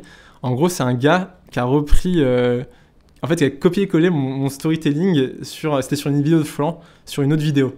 Et je me dis, c'est pas possible. Le gars a dû prendre sur ChatGPT et il m'a dit, réécris ça de manière un peu similaire, quoi. En mode, il a remplacé flan par yaourt et... Moi, c'était un flan, lui, c'était un flan. Et en fait, il avait repris des copywriting de mes vidéos sur les flans pour en faire une vidéo. Mais du coup, je trouvais ça trop abusé sur la copie. Je lui ai parlé et tout. Et lui, il était un peu en mode, non, mais c'est bon, c'est qu'une vidéo sur Internet. Je suis en mode, soit c'est un hasard, mais ça fait quand même beaucoup de hasard. Et j'avoue que ça m'a saoulé parce que c'est bien de s'inspirer, mais je trouve que quand c'est de la copie, c'est nul, en fait. Tu vois, c'est pas la bonne démarche. C'est pas sincère, quoi. C'est vraiment refaire ce qui marche et de toute façon forcément il marche moins bien parce que c'est ce qu'on fait en moins bien, tu vois. Mais bon, voilà. C'est pour ça que je voulais te poser la question, c'est que je pense que c'est la rançon aussi un peu du succès d'être pionnier sur un domaine en particulier, c'est que du coup tu dois avoir des trucs plus ou moins oui, mais copiés, quoi. C'est globalement ce qui est normal en soi. Ce qui est globalement c'est hyper positif. D'ailleurs il y a plein de gens qui disent le guide ultime de quelque chose, tu vois, c'est pas du tout un terme qui se disait avant qu'on lance le guide ultime. Mais je trouve ça cool quand je vois ça. Et peut-être que des gens voient même pas le lien avec le guide ultime. C'est juste, tu te dis, bah, c'est comme le alerte bon plan. Ça, c'est un truc que je disais au début de toutes mes vidéos. Et j'ai vu trop de médias, de trucs reprendre ça, et même des marques et tout. Et je me suis dit, putain, c'est drôle parce que Bah, personne disait ça avant, tu vois. Moi, je me suis dit, bon, alors vrai. comment je parle d'un bon plan avec un hook un peu puissant pour que les gens. J'ai dit, ouais, alerte bon plan, c'est marrant. Et j'ai arrêté de le dire parce qu'en fait, je disais trop et c'est devenu presque une parodie. Et les gens me disaient, ah, alerte bon plan, tu vois, en me regardant. Et je me dis, ouais, ok, il faut tuer ce truc maintenant. On parlait de solitude juste avant. Ouais. Est-ce que tu as eu des moments difficiles, enfin que tu as trouvé difficiles en tout cas, ou que tu as mal vécu dans ta carrière, que Ouais. ce soit lié à la solitude ou autre, mais en tout cas, voilà, tous les sujets un peu, tu sais, de burn-out. Ouais, moi je suis assez sensible à la solitude parce que quand je suis arrivé à Paris, mes études, c'est vraiment le moment de ma vie où je me sentais le plus seul. Tu vois, genre j'étais dans un 11 mètres carrés à Nanterre ou à la fac d'éco, il y avait genre, je sais pas, 1000 personnes dans l'amphi. Et j'ai beaucoup subi cette solitude. Et je sais que le travail de créateur, c'est aussi le travail où beaucoup de gens sont seuls. Parce que quand même, un créateur, souvent t'es chez toi, t'es face cam. Et donc j'ai mis la discipline dans ma vie et dans mon travail pour sortir de la solitude. C'est pour ça que j'essaie d'aider beaucoup de créateurs, c'est que je pense que si je peux les aider à sortir de la solitude, ils seront plus heureux, quoi. Parce que ouais, moi j'ai beaucoup subi la solitude dans mon travail et dans ma vie, quoi. Est-ce qu'il y a des moments où ça t'a porté vraiment préjudice, où ça t'a, enfin tu vois, où t'étais vraiment mal, quoi? Non, parce que je pense que t'apprends des choses et aussi maintenant je vois la valeur d'être bien entouré, tu vois, parce que j'ai vécu la solitude. Mais j'ai eu une période vraiment déprimée aux premières années de fac où en fait je voyais pas de sortie, quoi. J'étais là, j'étais à la fac, j'étais tout seul, je me faisais chier, donc tu sais, il y a un moment où tu sais pas quoi faire. Mais c'est marrant parce que tu me parles de la fac alors que c'est un endroit où tu sociabilises normalement entre guillemets beaucoup plus que qu'en étant créateur. Enfin, je veux dire, tu crées déjà du contenu du coup à cette époque-là. Ouais, je faisais de la photo. Mais ouais, voilà, c'est ça. Mais c'est quand même différent d'un créateur, on va dire, de carrière qui tourne tous les jours, fait son montage tous les jours, etc. Ah ouais, bah moi la fac, non, ça n'a pas été un endroit où... Toi, ça a été pire la fac. Ouais, que... mais justement, je pense parce que la fac c'était horrible, je me suis dit, ok, ma carrière de créateur, j'ai même entouré, j'ai rencontré des gens parce que je me rends compte de la valeur de ça, et t'as beaucoup de créateurs qui souffrent vraiment de la solitude, tu vois, qui savent pas à qui parler, en plus c'est des métiers particuliers, tu vois, les gens comprennent pas forcément, ils sont pas forcément bienveillants aussi des fois, tu vois, par rapport à ça, donc il faut bien s'entourer, c'est hyper important. Bah, il y a beaucoup de jugements, j'ai l'impression, où si tu parles, tu sais, un créateur plus gros que toi en termes d'abonnés, bah il va peut-être penser, en tout cas il va y avoir la peur que lui pense que tu lui parles pour gratter, tu vois, ou pour gratter, on va dire, mais par c'est intérêt. marrant, moi on me dit beaucoup ça, et j'ai pas du tout ce rapport aux gens, tu vois, j'ai pas un métrix de, ah t'as combien d'abonnés, non je te parle pas, au contraire, moi Mais ça existe par contre. Ça existe, mais c'est un milieu. Tu vois, moi, mon milieu de créateur, il y a zéro ça. Vraiment, j'ai de la chance. Hein. Je pense qu'on a réussi à créer une communauté de créateurs ultra bienveillants. Et parfois, et comme dans toutes les communautés et tous les groupes, il y a un peu de concurrence ou des gens qui s'aiment pas trop. Mais globalement, il n'y a pas du tout ce truc de, tu vois, hiérarchie des créateurs. Et des fois, il y a des petits jeunes, ils n'ont pas beaucoup de créateurs, mais ils sont trop déter, donc on va les aider et on les trouve trop forts, tu vois. Moi, ton nombre d'abonnés, c'est un métrique d'à quel point tu as été bon à un instant présent, à un instant précis. Ça définit pas ta valeur actuelle. Et d'ailleurs, tu as plein de créateurs qui ont beaucoup d'abonnés, mais qui ont un peu arrêté ou qui sont plus performants. Ni en tant que personne d'ailleurs, enfin, je veux dire, ça n'a aucun rapport en général. Là, on parlait de la solitude, tu parlais de. Mais c'est comme, tu vois, quantifier un entrepreneur à son chiffre d'affaires ou à son argent, tu vois. Ok, ça peut être une métrique d'un succès passé, mais heureusement que tu vois pas les gens par rapport à ça. Et moi, j'ai beaucoup de mal avec ça. Tu vois, même à l'école, de mettre des notes aux gens, c'est vraiment les hiérarchiser par rapport à un truc hyper quantifiable. Et on est plus que ça, quoi. On est plus que des chiffres. Excellente transition pour parler de la Creator School. Est-ce que tu peux expliquer rapidement ce qu'est la Creator School, comment ça t'est venu, comment t'as lancé ça? Ouais, alors la Creator School, c'était après avoir organisé pas mal d'événements, notamment de soirées, me dire c'est cool les soirées, c'est cool que les gens se rassemblent, mais ça serait bien de donner un truc un peu plus éducatif. Parce que ça manque, tu vois. Moi j'aime bien aussi apprendre, faire de la pédagogie et tout. Et donc c'est la rencontre avec les Pirates, donc un club de créateurs à Paris. On s'est dit putain, ça serait cool de faire un truc. Et un jour, on a eu une opportunité d'avoir des locaux à la Albert School. Et c'était une expérience qui était super, où j'ai beaucoup appris, où je me suis beaucoup foiré aussi. Parce qu'en fait, j'ai pris énormément de pression et de charge mentale des élèves. Parce qu'en gros, je voulais vraiment que ce soit bien, je voulais vraiment qu'ils apprennent et qu'ils aient des trucs. C'était quoi le concept ? Le concept, c'était une école avec des moments sociaux, des masterclass, des conférences, des outils pour t'améliorer en tant que créateur. On incubait que des gens qui avaient plus de 100 000 abonnés. Donc sur TikTok, c'était pour devenir TikTok créateur, ou Instagram. Et en gros, nous, format court, quoi. Ouais, c'est ça. On était spécialisés dans le format court. Après, on avait des gens genre Amy Story qui étaient plutôt sur du format long. Mais en tout cas, plutôt format court. Et en gros, nous, notre motto, c'était de dire on t'aidera pas à passer de 0 à 100 000 abonnés. Par contre, on va t'aider de passer de 100 000 à 1 million d'abonnés. Donc, on prend des gens qui ont déjà fait leurs preuves et on les aide un peu à structurer leur business, leur modèle et tout. Et expérience fascinante parce que déjà, j'ai adoré aider les créateurs. Je me suis rendu compte de l'impact. Franchement, on avait des super résultats. Tu vois, on a eu des gens comme Guillaume Genoux qui ont vraiment explosé. Qu'on embrasse, qui est passé ici. Ah bah, écoute. Et qui t'a recommandé d'ailleurs. Ah, coucou Guillaume si tu écoutes ces podcasts. Mais à côté de ça, moi j'avais le guide ultime, j'avais mon compte perso, et en fait c'est vraiment le moment de ma vie où j'ai failli faire un burn-out. Tu vois, La Creator School. Ouais, et la Creator School. Parce qu'en fait, des messages partout, une charge mentale, de la responsabilité. Et moi, ce que je dis des fois, c'est que je reprendrai la Creator School à ma retraite. Tu vois, en tout cas, moi, c'est un projet qui m'anime encore et j'adore parler de Creator Economy. Mais je me suis aussi rendu compte de mes limites, aussi en tant que chef d'entreprise. Tu vois, moi, j'ai un profil très créatif où j'aime bien faire des choses et tout. Mais j'ai du mal à gérer la charge mentale et l'attente des gens. Et c'était vraiment too much. Donc, c'était un petit trauma, je dirais, d'un point de vue personnel en tant que pression et travail et effort et responsabilité. Mais c'était aussi un projet que je regretterai jamais d'avoir monté ça et d'avoir créé un truc. Et j'espère que c'est la graine de quelque chose d'autre qui sera utile et qui sera plus viable, quoi. Tu as quelques exemples de membres, donc on a cité M-History, Guillaume Genoux, d'autres peut-être que les gens peuvent connaître et qui sont passés à la Creator School, qui en ont bénéficié en tout cas. Il y a eu Théo Das, Quentin Ressera, Loïc RSL, Antoine Raka aussi, qui je suis très proche. Et donc, du coup, c'était. En plus, ce qui est beau, c'est que là, tu parles de la pression que ça te mettait sur les épaules. Ouais. Mais en plus, c'était même pas un business parce que c'était. Enfin, tu gagnais pas d'argent avec ça, c'était vraiment. Tu donnais ton temps et de. Mais là-dessus, je suis un peu super nul et j'ai rencontré Xavier Niel, un mec que tout le monde connaît, je pense. Bon, si les gens qui connaissent pas, c'est un super entrepreneur qui a été vachement investi dans le fait de former des gens. Et lui, il m'a dit en fait, t'as pas de business model, fais pas, tu vois. Moi, je lui parle de mes projets, il me dit, ok, mais où est-ce que tu gagnes de l'argent ?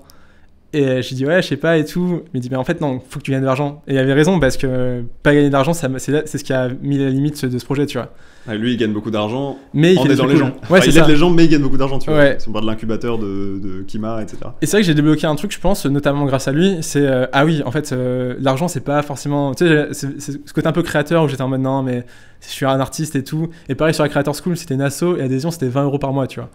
Et en fait, non, l'adhésion aurait dû être de 200 € par mois. Parce que, bah oui, cet argent, après, tu utilises, tu payes des gens et tu fais des trucs. C'est même pas assez cher, mec, 200 € par mois. Ouais, mais tu vois, il faut encore que je débloque. mais trop intéressant. Et je pense, et ça, c'est un truc sur lequel je travaille, c'est oui, effectivement, réfléchir à des modèles plus viables pour faire des trucs cool et se dire que l'argent est aussi une manière, c'est ce que je disais, de faire des trucs cool, quoi. C'était de quand à quand, juste pour récapituler, ça a duré combien de temps, justement, cette période ? Ça a duré 6 mois intenses, à peu près 1 an au total. Et après, ça s'est transformé en Creator Family. Donc, c'est 2 élèves de la Creator School qui ont repris le projet et qui ont fait évoluer dans un truc un peu plus soft, avec moins d'obligations. Tu vois, c'est plutôt un event de temps en temps. Et c'est drôle parce que... C'est un club de créateurs, un peu, maintenant. Ça reste une asso pour aider des créateurs à se développer. Et à part cette période-là, justement, de pression, on va dire, liée à tout ce que tu avais en même temps, tes contenus perso, le guide ultime et la Creator School, ouais. Est-ce que tu as eu d'autres moments un peu durs, on va dire... dans ta carrière ou pas particulièrement ? Ouais. Un long fleuve tranquille ? Non, pas du tout. En fait, au début, c'était un jeu, tu vois, c'était du Matrix. Et après, il y a eu du business. Et quand le business est arrivé, il y a eu des responsabilités. Et à un moment, c'est ce que je t'ai dit, j'étais overwhelmed, j'avais trop d'OP, donc j'avais beaucoup de pression. Parce qu'en gros, moi, les OP, je me mettais la pression pour faire des OP qui fonctionnent. Et après, faire du bon contenu, parce qu'il faut pas faire que des OP, tu vois. Et il y a un moment, je me souviens, où j'étais en mode... J'avais tellement d'OP que je faisais pas des vidéos pour mon plaisir, mais je faisais des vidéos parce qu'il fallait que j'espace les OP, tu vois. Donc c'était un moment où j'ai vraiment beaucoup charbonné, où il y avait de la pression et tout, et en même temps, c'est un moment où j'ai gagné pas mal d'argent, qui me donne plus de sécurité aujourd'hui, donc je regrette pas d'être passé par là, tu vois. Mais je pense qu'en tant qu'artiste et de créatif, je suis aussi sensible à ça, et du coup, j'apprends à me comprendre, à réfléchir, à bien gérer ce stress, cette pression, pour justement que ça soit sur long terme. Et il y a un bon stress, c'est sûr. Mais je suis pas sûr qu'en général la pression... tu vois, je pense qu'il y a beaucoup de pression que tu peux t'enlever. Et faire aussi bien les choses, être aussi discipliné, mais en enlevant cette part d'anxiété que peut t'apporter parfois le business, quoi. Ça, c'est une problématique qui est récurrente chez les créateurs. Est-ce que toi, t'as aujourd'hui, dans ta manière de travailler, tu as une routine, on va dire, ou des patterns un peu que tu reproduis ? Ouais. Comment t'organises, là, par exemple, sur les 2 prochains mois de contenu que tu vas publier ? Donc, le guide ultime, c'est à part, parce que c'est vraiment le média. Ouais. Mais sur tes contenus perso, donc tu nous l'as dit... ouais. Tu fais un peu t'as dit je fais n'importe quoi, mais en fait tu fais pas n'importe quoi, tu fais du contenu qui te plaît, en gros. Comment tu gères justement avec les OP Alors, je vais plutôt parler du passé, parce que c'est plutôt dans le passé où j'étais à fond sur le contenu. Mais en gros, ce que je faisais, c'était le matin, je faisais mes mails et mes montages et mes calls. Le midi, souvent, je tournais resto ou vidéo perso. Et l'après-midi, je faisais mes rendez-vous physiques, je rencontrais des gens et tout. Et je m'étais mis un peu ce programme pour avoir une discipline. Mais c'est marrant, je peux te montrer mon agenda, il est un peu chaotique. Je trouve ça toujours drôle. Mais j'adore poser cette question-là parce que tout le monde a une réponse différente, tu vois. Ouais. tu vois, le matin, t'as dit que tu faisais les calls le matin? Ouais, j'essaye de bosser depuis mon bureau. Tu vois, c'est un peu. Après, j'étais en voyage. Okay. Et tu vois, c'est un peu comme chaotique, quoi. J'ai des trucs à droite à gauche. Ça va, t'as pas de temps. Enfin, je veux dire, t'arrives à te bloquer des. Bah, du coup, vous voyez pas à l'écran, mais je veux dire, t'arrives à te bloquer quand même des demi-journées, voire des journées entières assez régulièrement où t'as rien d'autre, quoi. Non. Enfin, je vois qu'il y avait des grands blocs, je sais pas ce que c'est, mais ça, c'est quand j'étais en voyage ou que j'étais pas à Paris. Mais en gros. Donc ça va, tu vois, je veux dire, t'es pas bourriné de calls non plus de 9h à 18h, quoi. Ben, en gros, à l'époque, là, c'est un peu plus calme, c'est vrai, mais quand même, je bouge beaucoup à droite à gauche. Ce que je faisais à un moment, c'était mon bras droit qui me disait, en fait, je te mets des jours off. Et tu vois, elle me bloquait dans mon agenda jour off, pour pas que je mette autre chose à la place. Et c'est vrai que si elle m'avait pas mis ça, en fait, il y a des moments où, vraiment de 8h du matin à 23h, j'avais des trucs, tu vois.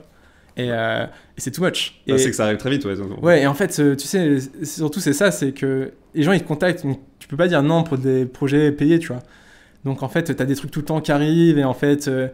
il s'est pressé parce que c'est toujours last minute et en fait ton emploi du temps il est déjà serré, donc tu dis putain comment j'ai calé ça, mais c'est et faut faire gaffe à ça, faut faire gaffe au burn-out, c'est un vrai truc, faut faire gaffe au burn-out, tu vois, rien foutre, ce qui a été aussi une période de ma vie, et au burn-out où quand tu fais trop de choses et en fait ça marche pas non plus, quoi.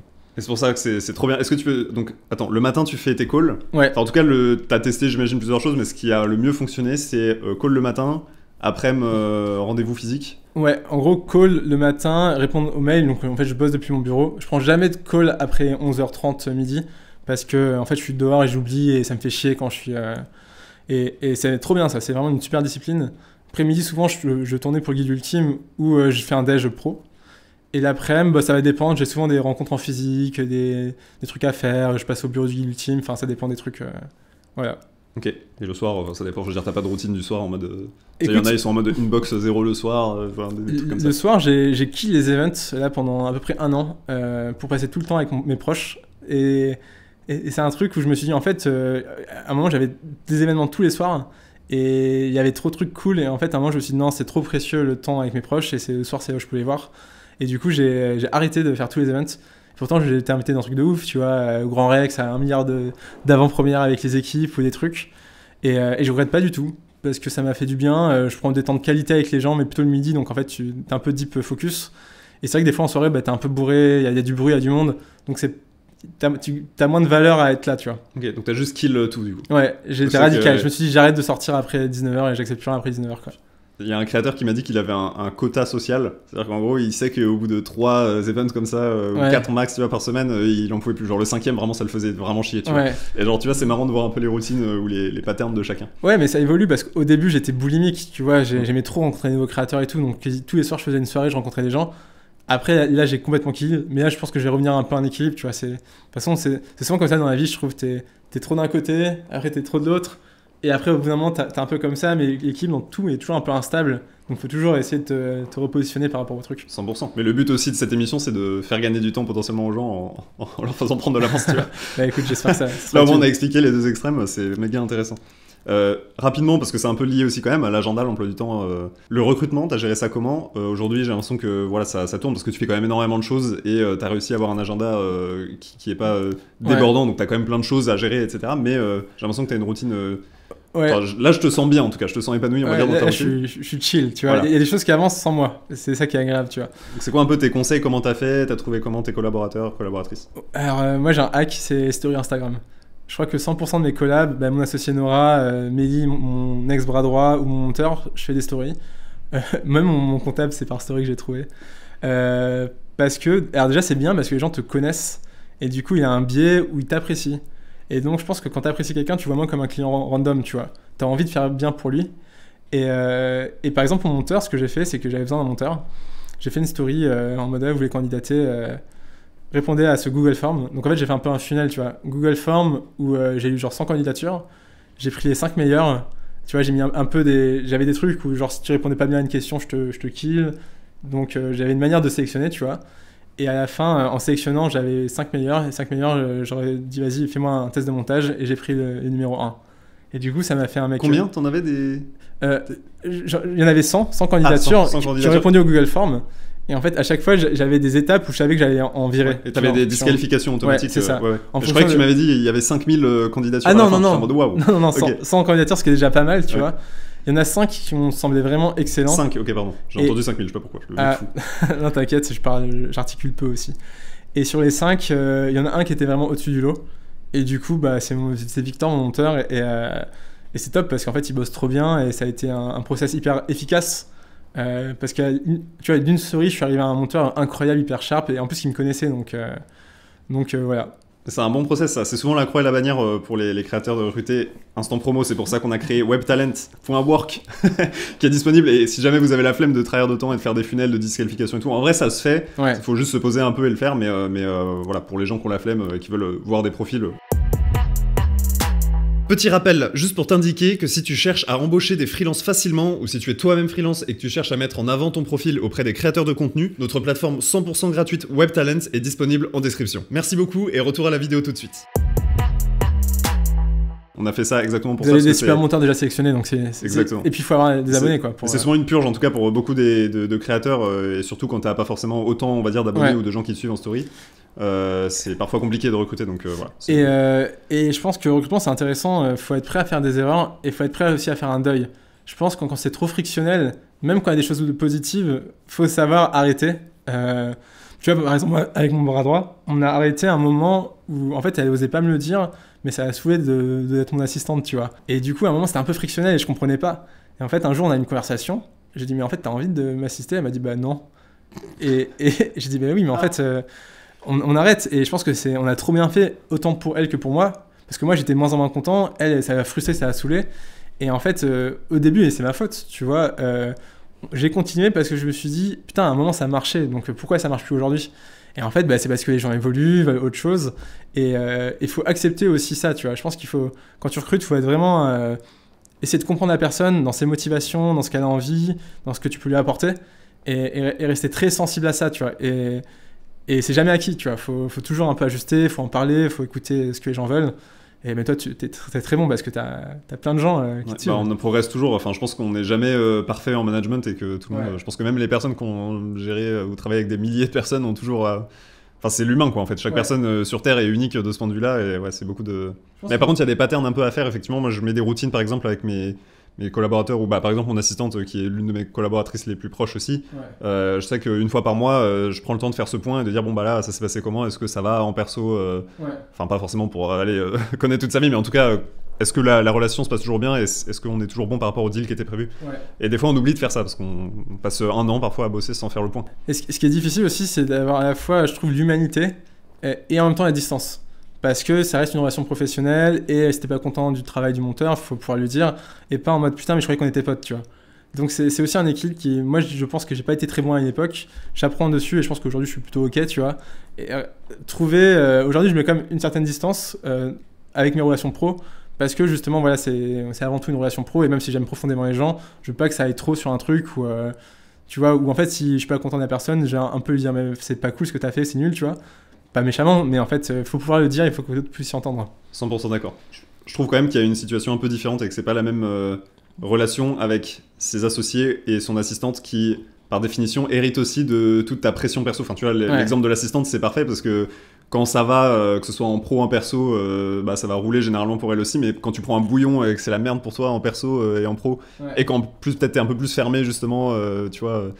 Juste qu'il y a beaucoup de choses à gérer, bah ton assistante elle va tout prendre dans la gueule en même temps. Et c'est particulièrement dans ces moments-là qu'il faut faire attention, et c'est un peu souvent pareil avec les associés où t'as souvent une relation plus proche. Mais sinon pour le reste des collaborateurs, effectivement, il faut... C'est de l'humain, et ça reste dur l'humain. L'humain c'est le truc le plus dur et le plus beau au monde, tu vois. C'est comment t'es bien avec les gens, et en même temps t'es bien avec toi-même, et en même temps t'es là pour ta boîte, et en même temps faut qu'il y ait de la croissance, et en même temps t'es pas que là pour ça. Donc c'est très complexe. C'est très complexe, et je pense que les bons managers sont des personne très forte sur la psyché humaine, quoi. Et sur la partie, on a beaucoup parlé d'OP, etc. Donc là, tu m'as parlé de voilà, ton monteur, ton assistante. Et du coup, sur la partie commerciale, aujourd'hui, tu as une agente, donc Fleury, c'est ça, t'as dit ? Ouais, Fleury. Comment tu l'as trouvé ? Est-ce que tu conseilles aux créateurs qui commencent à monter de plutôt signer avec une agence, ou plutôt de trouver un agent indépendant ? Alors, c'est hyper intéressant. Moi, je me suis fait énormément approcher par des agences, même Webedia et tout. Et j'ai toujours dit non. Parce que je sentais que déjà moi j'aimais bien négocier les deals et tout, j'avais mon assistante qui s'en occupait, et je sais pas, il y a un truc où je sentais, c'était un peu bizarre, il y avait pas ce lien, et là donc c'est un pote à moi qui s'appelle Bruno Maltor, qui est un influenceur voyage, qui m'a dit « Ah, mais si tu veux, moi j'ai une agente indé à te présenter ». Et du coup, en fait, je me suis super bien entendu et c'est comme tout, en fait, c'est hyper humain. Je trouvais qu'il y avait une démarche hyper intéressante parce qu'en fait, déjà, elle m'a pas dit « Ok, comment on va faire de la thune ?» Des fois, t'as des agents qui te disent ça. Elle m'a dit « Ok, comment on développe ta carrière, c'est quoi que t'as envie de faire, c'est quoi qui te définit ?» Et je trouvais qu'il y avait une démarche hyper saine, un peu comme une agent de théâtre ou un agent de cinéma. Un agent de cinéma, ok, il prend une commission, mais il n'est pas là pour te foutre sur un maximum de pubs, il est aussi là pour t'aider à avoir les bons films, à un peu développer ta carrière, quoi. Exactement. Et donc déjà, je pense que en fait, le problème, c'est que quand tu es créateur et que tu te fais contacter par une agence, tu es trop fier, ça flatte trop ton ego. Tu as l'impression que tu es important. Et des fois, c'est pas un bon deal. Je pense que moi, j'ai plus de potes créateurs qui ont eu des mauvaises expériences avec des agences que des bons. Parce qu'en fait, des fois, ils font rien et ils sont trop attirés par l'argent, tu vois. Donc, ça dépend de... Je pense qu'il faut rencontrer les gens. Faut pas signer le premier truc. Faut toujours que si tu signes, avoir une porte de sortie rapide. Tu vois, l'agent qui te force à rester 2 ans, 3 ans en exclu, c'est qu'il n'est pas confiant dans ce qu'il t'apporte, parce qu'il essaie de te bloquer. Moi, je recommande toujours de dire à un agent, ok, on bosse ensemble, par contre, sur les 6 premiers mois, je peux partir quand je veux. Et pour moi, ça arrête là que s'il dit non, on ne peut pas faire ça comme ça. Peut-être pas les 6 premiers mois, parce que c'est non, mais au moins 2 ou 3 mois, tu vois, l'histoire de voir si tout le monde est content du...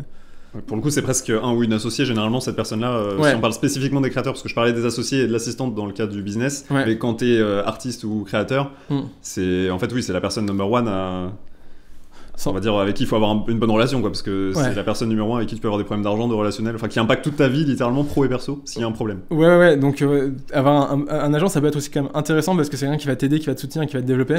Moi, je recommande à des gens de proposer à leurs proches, ou plutôt que chercher des agences qui existent déjà, regarder autour d'eux s'il y a des gens qui voudraient pas essayer et tout. Des fois, ça marche bien, ça aussi, tu vois. Il y en a qui font même des business un peu familiaux, on va dire, dans la création de contenu. L'exemple le plus connu en France, c'est Thibaut InShape, qui, je sais, gère tout avec sa famille. Ouais. Il le dit en interview souvent. Toi, t'as essayé ou pas? Tu recommandes? Avec ma famille? Ouais. Non, parce que ma famille n'est pas du tout dans les réseaux, donc il serait juste mauvais. Mais pourquoi pas? Mais tu sais, je sais pas, même sur de la compta ou j'en sais rien. En fait, j'ai pas de besoin. Ma famille avait des compétences. Moi, je ferais pas. Mon frère, il faisait du montage à une époque, mais il n'était pas trop réseau. Et puis, j'étais pas à l'aise personnellement d'avoir une relation professionnelle et hiérarchique avec mon frère. Donc, moi, je l'ai pas fait, mais il y a des gens pour qui ça marche. C'est toujours une question de sensibilité, quoi. Donc, ouais, du coup, on parlait des stories avant. Si on parle un peu de ta communauté, déjà, entre perso et le guide ultime, est-ce que tu sens une énorme différence ou est-ce que. Enfin, ça pour le coup, je suis curieux. Premier degré, est-ce que tu sens qu'il y a beaucoup de tes abonnés qui sont chez le guide ultime? Enfin, il y a un gros overlap ou est-ce que c'est vraiment 2 comptes différents aujourd'hui? C'est différent. Pour moi, le guide ultime, il y a beaucoup plus une communauté parce que c'est beaucoup plus défini dans la tête des gens ce que c'est. Et au-delà des gens qui sont abonnés, j'ai l'impression que les gens connaissent le guide ultime. Donc en fait, tu fais une vidéo du guide ultime, les gens voient ce qu'ils comprennent. Moi, c'est beaucoup plus flou. D'ailleurs, c'est ce que m'a dit mon agente parce que j'ai fait plein de trucs différents. Il y a des gens qui me suivent depuis mes photos Burning Man, il y a des gens qui sont là pour mes portraits, il y a des gens qui voyagent à vélo. Et c'est drôle parce que souvent, quand je change un peu, je perds des gens, tu vois. Mais c'est complètement ok parce que moi, c'est un peu un espace de création libre, mon compte. Donc en fait, je m'en fiche d'avoir une communauté, tu vois. Je suis pas là genre, ah oui, ma commu, machin. Non, c'est des gens qui des fois viennent, des fois partent, des fois aiment. Puis maintenant, c'est très algorithmique. Donc en fait, t'as plein de gens, tu vois, sur TikTok, en fait, 95% des vues, c'est dans les pour toi, donc c'est pas des gens qui sont abonnés. En tout cas, c'est pas des gens qui te voient dans les abonnements, tu vois. Et en fait, les vidéos touchent les gens aujourd'hui, donc il y a moins ce truc de communauté qu'on pouvait avoir à une époque. Surtout sur du format court. Tu te sens moins proche, on va dire, qu'avant? Enfin, pas moins proche pas dans le sens du temps foutre, c'est le mec horrible, oui, non, rien à foutre, vraiment. Non, mais je veux dire, tu sens qu'il y a un lien plus distant, en tout cas. Ouais. Je parle moins d'une commu, je parle plus de gens qui... C'est plus des abonnés qu'une communauté. Tu vois, une communauté, j'ai l'impression qu'il y a un truc, un peu un clan, machin... Ouais. Mais t'en rencontres parfois, quand même, j'imagine. Ouais. Enfin, souvent, même. Ouais, des fois, des gens dans la rue m'arrêtent et me disent « Ah, j'adore ce que tu fais. » Je dis « Oh, bah, c'est gentil. » T'as des haters, toi, ou pas? Parce que je vois pas comment on peut hate ton contenu. Ouais, j'en ai pas beaucoup. J'en ai pas beaucoup parce que je me mets pas beaucoup en avant personnellement. Donc souvent, on va hate les gens que je mets en avant. Tu vois, c'est parce que c'est eux qui sont visibles et les gens, je pense qu'ils se disent juste ah machin. Tu vois, par exemple, sur les restos, sur Guide Ultime, les gens vont dire ah machin, c'est la nourriture de bobo. Moi, une tartine, ça me coûte 3 € à Franprix, quoi. Ça m'est pas visé personnellement, mais c'est vrai que j'ai la chance de pas avoir beaucoup de haine. Ouais, moi j'avais noté qu'il y avait même. Parce qu'en fait, c'est tellement rare, il faut les trouver déjà, les haters, et qu'une fois, il y a un mec qui t'a insulté. Tu lui as répondu et le mec s'est excusé derrière. Ah oui, ouais. Ouais, c'est marrant. Une fois, un mec qui m'insulte et je lui réponds, je dis mais mec, enfin, tu sais, j'étais vraiment choqué. Et je dis, mais je comprends pas pourquoi, machin, c'est bizarre même que je génère chez quelqu'un, tu vois, tu dis, ouais, putain. Et après, il s'est excusé de ouf, il a dit, ouais, non, je suis vraiment désolé, j'ai pas bien dans ma vie et tout. Et ouais, c'est vrai que des fois, c'est dur la haine hein, pour les créateurs, surtout quand tu commences, parce que t'as pas beaucoup. Et c'est un peu le risque aujourd'hui, tu vois, parce qu'avec TikTok, tu peux faire une vidéo qui a un peu marché, mais elle va être un peu off ou un peu cringe ou un peu, tu vois, bizarre, et tu vas te faire descendre, et tu vas te dire, vas-y, j'arrête, en fait, c'est pas pour moi, tu vois. Donc, c'est difficile à prendre des critiques, surtout quand tu commences et surtout quand t'es moins à l'aise à quitter, quoi. C'est vrai que c'est fou aussi à quel point on fait ressortir, en tout cas on prend plus en compte le négatif que le positif. Et tu sais, des fois j'en parle avec des créateurs quand ils vivent mal des bad buzz, j'essaie de les rassurer et tout. Tu vois, je sais plus c'était qui, mais qui m'avait dit putain, j'ai fait un méga bad buzz, j'ai 100 commentaires hyper négatifs. Et je lui dis non mec, ta vidéo elle a fait 30 000 likes. Donc oui, c'est ok, il y a des trucs à ajuster parce que c'est beaucoup sans commentaires négatifs. Mais oublie pas qu'en ratio, il y a beaucoup plus de gens qui ont aimé qui n'ont pas aimé ta vidéo. La fameuse majorité silencieuse. Ouais, et au-delà des vues, c'est les likes. Les likes, ça veut quand même dire j'ai kiffé, tu vois. Tu vas pas écrire ah j'adore, ah merci beaucoup j'ai kiffé. Tu vois, on fait pas ça surtout en France. C'est rare, ouais. Il y en a, mais force continuer d'ailleurs ceux qui le font, que ce soit ici ou ailleurs. Ouais. Ça vous donne beaucoup d'énergie. Ouais. Mais tu sais, il y a des pays ou même des communautés en France où t'as plus de taux d'engagement. C'est marrant ça en fonction des gens. Et des plateformes aussi. Ouais. Et du coup, faut accepter que ouais, il y a des gens qui vont critiquer, mais c'est pas le gros du travail. Si tu fais un sujet sur toutes tes vidéos, c'est qu'il y a un problème. Mais en tout cas, c'est dommage les gens qui s'arrêtent ou qui sont fragilisés ou qui sont ralentis à cause de ça, quoi. Ouais. Et à propos de bad buzz, t'en as déjà eu un ou deux, toi, oui. ou pas ? Vas-y, raconte-moi. Ah, c'était trop drôle, putain. Avec Bruno Le Maire, ancien ministre de l'économie de la France, je rencontre pour la Creator School, parce que trop bien, il s'intéresse à la législation de la Creator Economy. Donc je rencontre à Bercy et je dis « Ah, ça serait drôle de faire une vidéo où tu présentes Bercy, tu vois. » Et donc on fait une vidéo en mode présenter les apparts et tout. Et une vidéo qui est très bien d'ailleurs, je pense, en termes d'œuvre. Sauf que juste après, il y a le truc sur les retraites. Donc énorme sauce politique et tout. Et donc son assistant m'écrit et tout. Moi, je lui dis, je suis désolé. Et en fait, si j'appuie maintenant, ça devient politique. Et c'était pas du tout, je voulais pas ça, quoi. Et donc, j'appublie pas. Et je gosse un peu son assistant parce qu'en fait, ça me correspondait plus, tu vois. Et j'étais un peu mal à l'aise parce que d'un côté, il voulait un peu que j'appublie parce qu'il est dit trop bien pour son image. Et d'autres, moi, c'était mon contenu et je reste maître de ça, tu vois. Et un jour, et je jure que c'est vrai parce que ça, on dirait vraiment un mensonge, mais la vidéo se publie toute seule. Donc, elle était dans mes brouillons. Donc, peut-être que c'est moi, sans faire exprès, j'ai publié, ou en tout cas, c'était vraiment pas volontaire. Et je me souviens, je reçois un mail de Libé, premier mail en mode ouais, on voudrait réagir sur votre vidéo, machin. Libération. Ouais, et je comprends pas, tu vois. Et après, il se passe un truc où je reçois un autre SMS de l'assistant de Bruno Le Maire qui me dit ah merci beaucoup d'avoir pris position et tout. Je suis en mode mais what? Le début des problèmes. Et là je réalise que la vidéo a été publiée et vraiment le timing horrible et tout et donc je me dis putain qu'est-ce que je fais? En plus moi vraiment je pense que je fais du contenu un peu mignon qui parle à tout le monde, donc j'ai jamais vécu une situation de crise, donc j'étais avec mon bras droit et tout et je me dis putain mais ça commence à grossir et tout, la vidéo est genre 1 million sur TikTok et tout. Et donc je me dis vas-y, en fait je supprime cette vidéo, je vais pas la mettre et puis surtout ouais, les gens qui commencent à me dire putain t'as un homme vendu, t'as été payé et tout, plein de choses fausses. Donc là vraiment j'ai pris beaucoup de violence, tu vois, parce qu'en fait je comprends, ça touchait une sensibilité de gens, c'était la politique et du coup ça dépassait ce petit créateur. En pleine crise des retraites. Ouais, en pleine, vraiment pire moment possible, tu vois. Et donc je supprime la vidéo.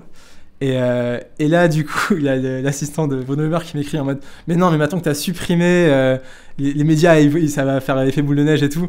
Je suis en mode putain, fait chier, tu vois. Et il avait raison, parce qu'après, tous les médias m'ont contacté, machin. Il y en a qui ont eu mon numéro, je sais pas comment ils ont fait, en mode ouais, pourquoi vous avez supprimé, machin, vous assumez pas. Et donc, vraiment, une sauce énorme. Mais c'est intéressant parce que. En fait, c'est au moment en plus où j'étais burn-out de ouf, je savais plus comment gérer, donc j'ai mis de côté, j'ai fait vas-y, ça n'existe pas. Donc c'était énorme pendant une semaine et la semaine d'après, personne n'avait rien à foutre, tu vois.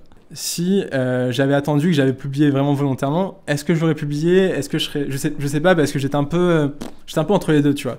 Mes potes, ils me disaient non, faut pas trop publier et tout. Les gens ils me disaient non, mais si c'est intéressant. Un peu comme McFly et Carlito avec Macron, tu vois. Ouais, je sais pas. Citer l'exemple. Ouais.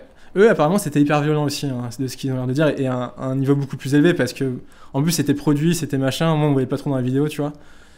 Mais je sais pas, peut-être que j'aurais quand même publié, hein, et peut-être que je me serais quand même pris la sauce, mais en tout cas, c'est normal, tu crées, t'es visible, tu vas faire des erreurs, et ce que je dis souvent, c'est que le pire, c'est pas c'est pas des reproches, c'est vraiment l'indifférence, tu vois. C'est quand les gens n'ont rien à foutre de ce que tu fais parce que ça veut dire que ça anime rien chez personne. Donc des critiques, j'en ai eu et je pense que j'en aurai encore, tu vois. Mais c'est pas grave, j'essaie de faire de mon mieux et j'essaie de m'excuser quand je fais pas bien et voilà quoi. Ouais. Le but c'est de susciter des émotions, bon, positives du coup, mais Ouais. en tout cas, vaut mieux susciter une émotion que rien du tout comme tu dis. Ouais, tu regardes des gens comme Inoxtag qui inspirent plein de gens, je pense qu'il doit avoir énormément d'haters parce qu'il est tellement visible, il y a tellement d'impact qu'il y a des gens qui sont pas contents, tu vois. Et je pense que c'est aussi prêt à payer si tu veux avoir d'impact. Le Inoxtag Effect, t'as mangé avec lui, enfin t'as fait du contenu. Ouais. Tant qu'on est sur les anecdotes, c'est Ouais, quoi un bien peu. sûr. Là on a parlé du mauvais côté un peu, on va dire, Ouais. de la fame, Ouais. mais c'est quoi les bons côtés un peu où les gens qui t'as pu, je sais pas, faire soit des collabs, soit juste rencontrer, Ouais. Bah, les privilèges que t'as pu avoir. Inoxtag, vu que j'ai beaucoup d'abonnés sur Insta, je crois qu'il me suivait, enfin en tout cas il suivait le guide ultime, ou en tout cas il avait liké ou un truc ou un commenté. Donc vraiment j'ai envoyé un DM genre ouais mec ce serait cool qu'on aille manger ensemble et tout, tu vois. Et au début il me dit ouais grave, je suis trop chaud, tu vois, trop bizarre. Et après c'est un peu long parce qu'en gros il me passe son assistant, machin, faut trouver une date et tout, et on finit par trouver une date. Et donc on va bouffer, c'est vraiment avant Everest, donc il est vraiment hype de ouf, tu vois. On va manger ensemble. Et c'est drôle parce que de base, il m'emmène dans un resto qui s'appelle Kintaro, qui est un resto qui est pas ouf, qui est pas mal, mais qui est pas ouf, tu vois. Et il me dit, je tourne et tout, et il me dit, ouais, mais mec, tu sais, moi, je sors pas trop au resto et tout, j'ai pas le temps, et puis c'est compliqué et tout. Et du coup, je dis, ah ouais, mais mec, mais t'as jamais mangé de ramen? Il me dit, non, j'ai jamais mangé de ramen. Et du coup, je l'emmène dans la vidéo bouffer un ramen à côté, à Kodawari Ramen, qui est un super ramen, donc c'est le premier ramen de sa vie. Et après, il me dit, putain, mec, j'ai jamais mangé Cédric Grolet. Je fais, mais attends, je t'emmène chez Cédric Grolet. Donc on va à Cédric Grolet et on va bouffer le dessert. Et en fait, la vidéo, je sais pas, on a tourné pendant 3 heures, tu vois. Ça a été énorme. Et c'était cool parce que le mec, il est déterminé, il est motivé. Enfin, tu vois qu'il fait les choses à fond. Il a beaucoup de bonne volonté. Et ouais, tu vois qu'il y a aussi une aura de star, tu vois. J'ai filmé avec plein de gens. Mais c'est vrai que, putain, filmer avec lui, tu vois, les gens, ils sont comme ça. Tu sens qu'il se passe un truc. On n'a pas trop été embêtés. Mais tu vois, le pire, c'est qu'on est allé devant Cédric Grolet parce qu'il y avait du monde, tu vois. Et du coup, on est là, je fais, ouais, tu sais, j'ai au mec, parce que normalement, tu fais la queue et tout. Et j'ai au mec de la queue, ouais, je suis avec Inoxtag, est-ce qu'on peut rentrer, tu vois. Et le mec, il connaît pas, tu vois, mais il demande. Et du coup, en interne, ils font, oh putain, ok, Inoxtag, bon, ok, on le fait monter, tu vois. Et après, on descend, mais en fait, les gens se font parler, donc il commence à avoir un peu une foule. Et tu dis aussi, ouais, à ce niveau de fame, en fait, c'est chaud, quoi. C'est chaud parce que tu crées des émeutes. Tu vas à Franprix, tu crées une émeute, tu vois. Il peut pas sortir quoi, c'est peut-être pour ça qu'il peut pas aller au resto, qu'il disait ça aussi. Et après, il m'a donné un. Oui, c'est pour ça qu'il allait pas au resto, tu vois. Il m'a donné un hack, il m'a dit des fois, j'avance tout droit avec ma capuche, et les gens, ils me voient, mais ils se disent, c'est pas possible que ce soit Inoxtag. Et ils me disent, c'est que je trace, et en fait, il se passe rien parce que le temps que les gens réalisent, je suis déjà autre part. Donc voilà, s'il y a des gens très connus qui nous écoutent, apparemment, c'est un hack qui fonctionne bien pour exister sur la place publique. Mais trop intéressant parce que déjà, très grand créateur, et aussi voir les gens, enfin le ressenti et tout, c'était assez puissant comme tournage, tu vois. Parce qu'il n'y avait pas d'équipe, en fait, on n'avait pas de garde du corps, c'était juste nous deux avec nos micros. Et t'as senti sur les stats le Inoxtag Effect aussi, ou ça change rien? Enfin, ça change rien parce que le guide ultime est déjà un très bon reach. Donc... Ça change, mais c'est vrai qu'on avait la chance, surtout à cette époque, d'avoir un reach de ouf dans ce format. Donc je pense que Inox a autant apporté au guide ultime que le guide ultime a apporté à son audience, tu vois. Mais donc c'est pas on faisait 100 000 vues et je pense que ça a dû faire en cumulé peut-être 20 ou 25 millions de vues.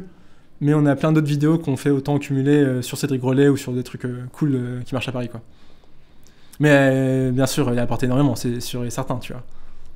C'est trop marrant. L'anecdote est incroyable. Est-ce que t'en as d'autres des comme ça? Je sais pas, peut-être avec des artistes ou d'autres créateurs même. Bah Xavier Niel, hein, c'est marrant. Je lui envoie un mail, il me répond, il dit vas-y viens passe. Et on parle pendant 2 heures dans son bureau, quoi. Alors que 2 heures du temps de Xavier Niel, je pense que c'est... Ah, t'es à 2 heures et t'as répondu, tu lui as dit... Attends, vas-y, c'est quoi l'histoire? Parce que déjà, c'est vrai qu'il répond au mail pour le coup. Ouais.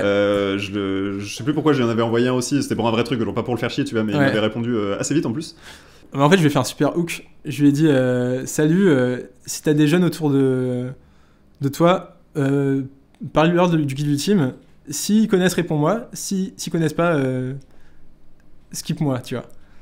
Et c'était un super hook. Je sais plus comment j'avais tourné, mais en tout cas, j'avais fait un super mail qui donne envie de cliquer. Et après, tu vois vraiment un funnel où tu dis, ouais, t'as envie de demander aux gens, tu vois. Et donc, je crois qu'il a demandé à son fils, et son fils a dit, ah oui, bien sûr, c'est énorme. Du coup, il m'a répondu oui, il m'a répondu. Et du coup, je dis, bah voilà, moi, je suis passionné par la créateur économie, j'aurais besoin de conseils, donc je suis chaud qu'on se capte. Et donc, on s'est capté pendant 2 heures dans ses bureaux. Il y a de la. C'est ouf, tu vois, parce que c'est vraiment le mec qui m'a le plus impressionné au monde, tu vois. Et c'est drôle parce qu'il m'a dit un truc, il m'a dit, ouais, faut pas rencontrer ses idoles parce que après t'es déçu. Et je lui ai pas dit, mais c'était un peu une idole pour moi, tu vois. Mais t'as été déçu du coup? Pas du tout. Franchement, hyper curieux. Enfin, un moment, il me posait trop de questions. C'est moi qui avais envie de lui poser des questions, tu vois. Et il me posait des questions sur la creator economy. Et je me dis, ouais, c'est trop fort. Le gars, il est expert partout. Et un petit jeune, enfin, je suis moins jeune, mais en tout cas, un petit gars qui a encore plein de choses à prouver, il écoute et il est curieux, tu vois. Et c'est vraiment ce qui m'a marqué, c'est cette curiosité folle, tu vois. C'est ça qui t'a le plus marqué chez Xavier Niel. Il y a plein de choses. Tu vois, on parlait du stress et de la pression, et il me disait, moi, mon métrique, c'est est-ce que je m'endors la nuit paisiblement? La réponse est oui, c'est que j'ai réussi ma journée, tu vois. Et parce qu'il me disait, ouais, là on se frie et tout en Amérique du Sud, mais en gros il y a un opposant politique et du coup il y a des émeutes et tu lui montrais des trucs avec Free qui se faisait assiéger et tout. Et je dis, ouais, mais tu stresses pas? Il me dit, non, mais non, c'est un gars qui gère ça là-bas. Et en fait, il y avait pas mal de distance et de recul. Et après, il me dit, ouais, mais tu sais, Macron, on se parle et tout. Il me montre des messages, tu vois, avec des emojis et tout. Je fais, mais ouais, c'est incroyable. C'est incroyable ce qui se passe. Et je trouve qu'il y a un rapport assez sain à la vie, tu vois. On dirait qu'il essaie de s'amuser, tu vois. Je me dis, putain, un mec avec son niveau de pression et de responsabilité, c'est trop fort. Mais il a fait une super conférence, je sais pas si elle est disponible au Bataclan.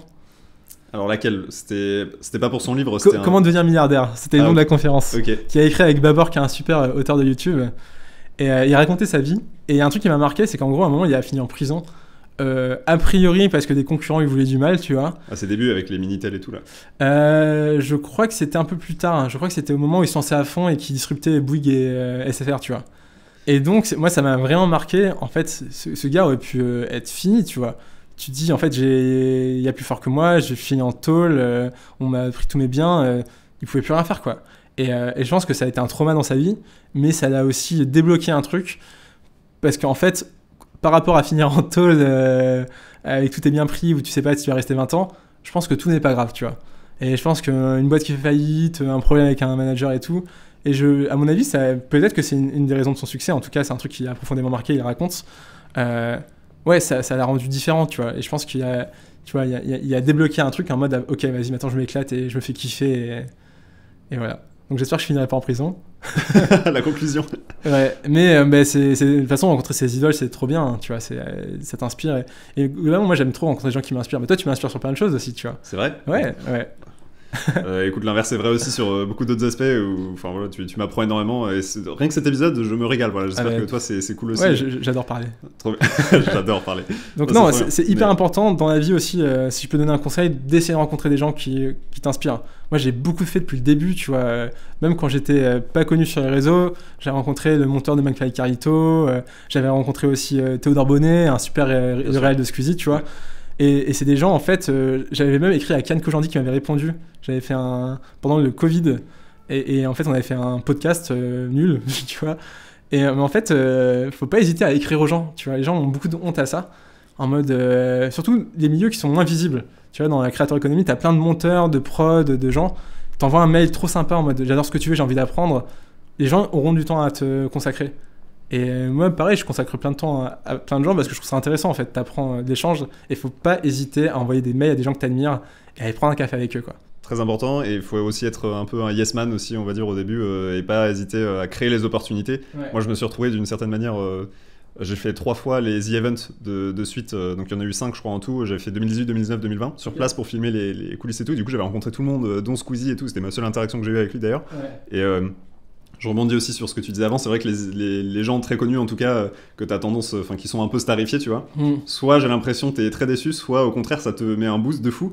Et moi Squeezie, j'avais en l'occurrence bossé avec lui pendant 2 ans, mais sans jamais le rencontrer. Ouais. Et je l'avais rencontré aux Event, on a eu rapidement un échange, puis j'avais fait une interview, enfin voilà. Ouais. Et en fait, je sais pas, il m'avait donné de la force, tu vois, sur le projet du coup Ocamedia à l'époque que j'avais. Ouais. Et en fait, c'était, ça m'a marqué. Enfin, tu vois, je veux dire, je me rappelle encore aujourd'hui, et c'est fou à quel point, tu vois, ces gens-là, juste avec un conseil ou un encouragement, etc., te motive aussi, tu vois. Moi, les gens que je voulais rencontrer m'ont jamais déçu.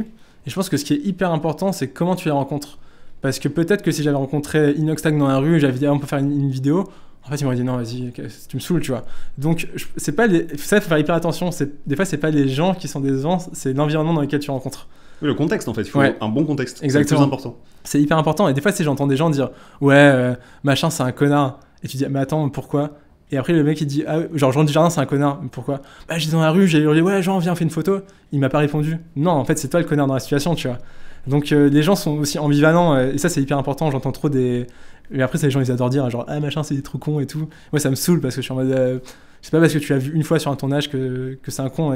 Enfin, j'aime pas les gens qui disent ça. Toi, ce niveau, donc si on revient sur Inoxtag, ce niveau de notoriété que tu as observé chez Inoxtag, est-ce que c'est quelque chose qui t'attire et que tu as envie d'atteindre un jour ou vraiment tu le fuis ou juste tu verras? Moins 1 milliard de %. Je voudrais jamais de sa vie. Jamais de la vie. Je pense que les gens se rendent pas compte à quel point c'est précieux d'être libre, tu vois. En fait, moi j'aime trop la liberté. T'es plus libre quand t'es Mbappé ou Inoxtag.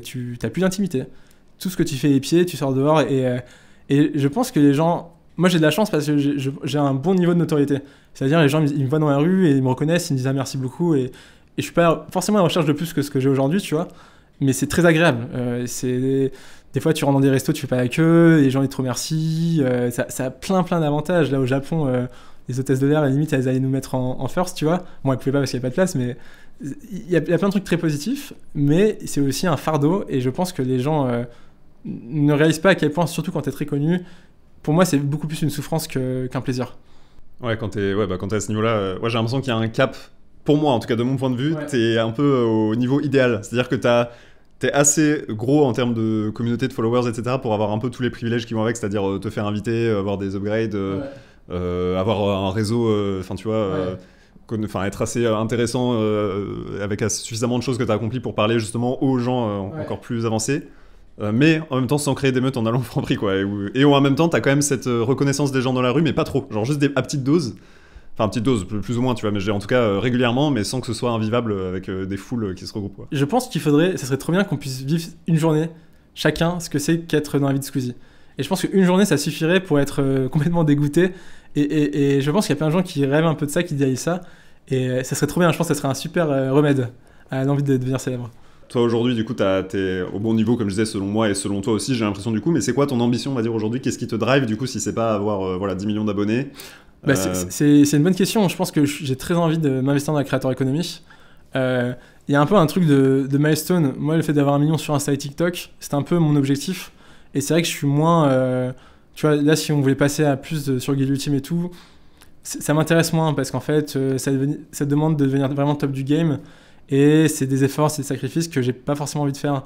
Moi, j'ai plutôt envie d'entreprendre, d'exister dans la creator economy, de continuer de me faire kiffer en tant qu'artiste et créateur, et de me diversifier, quoi. Et pourquoi pas de faire autre chose aussi, apprendre de nouvelles compétences.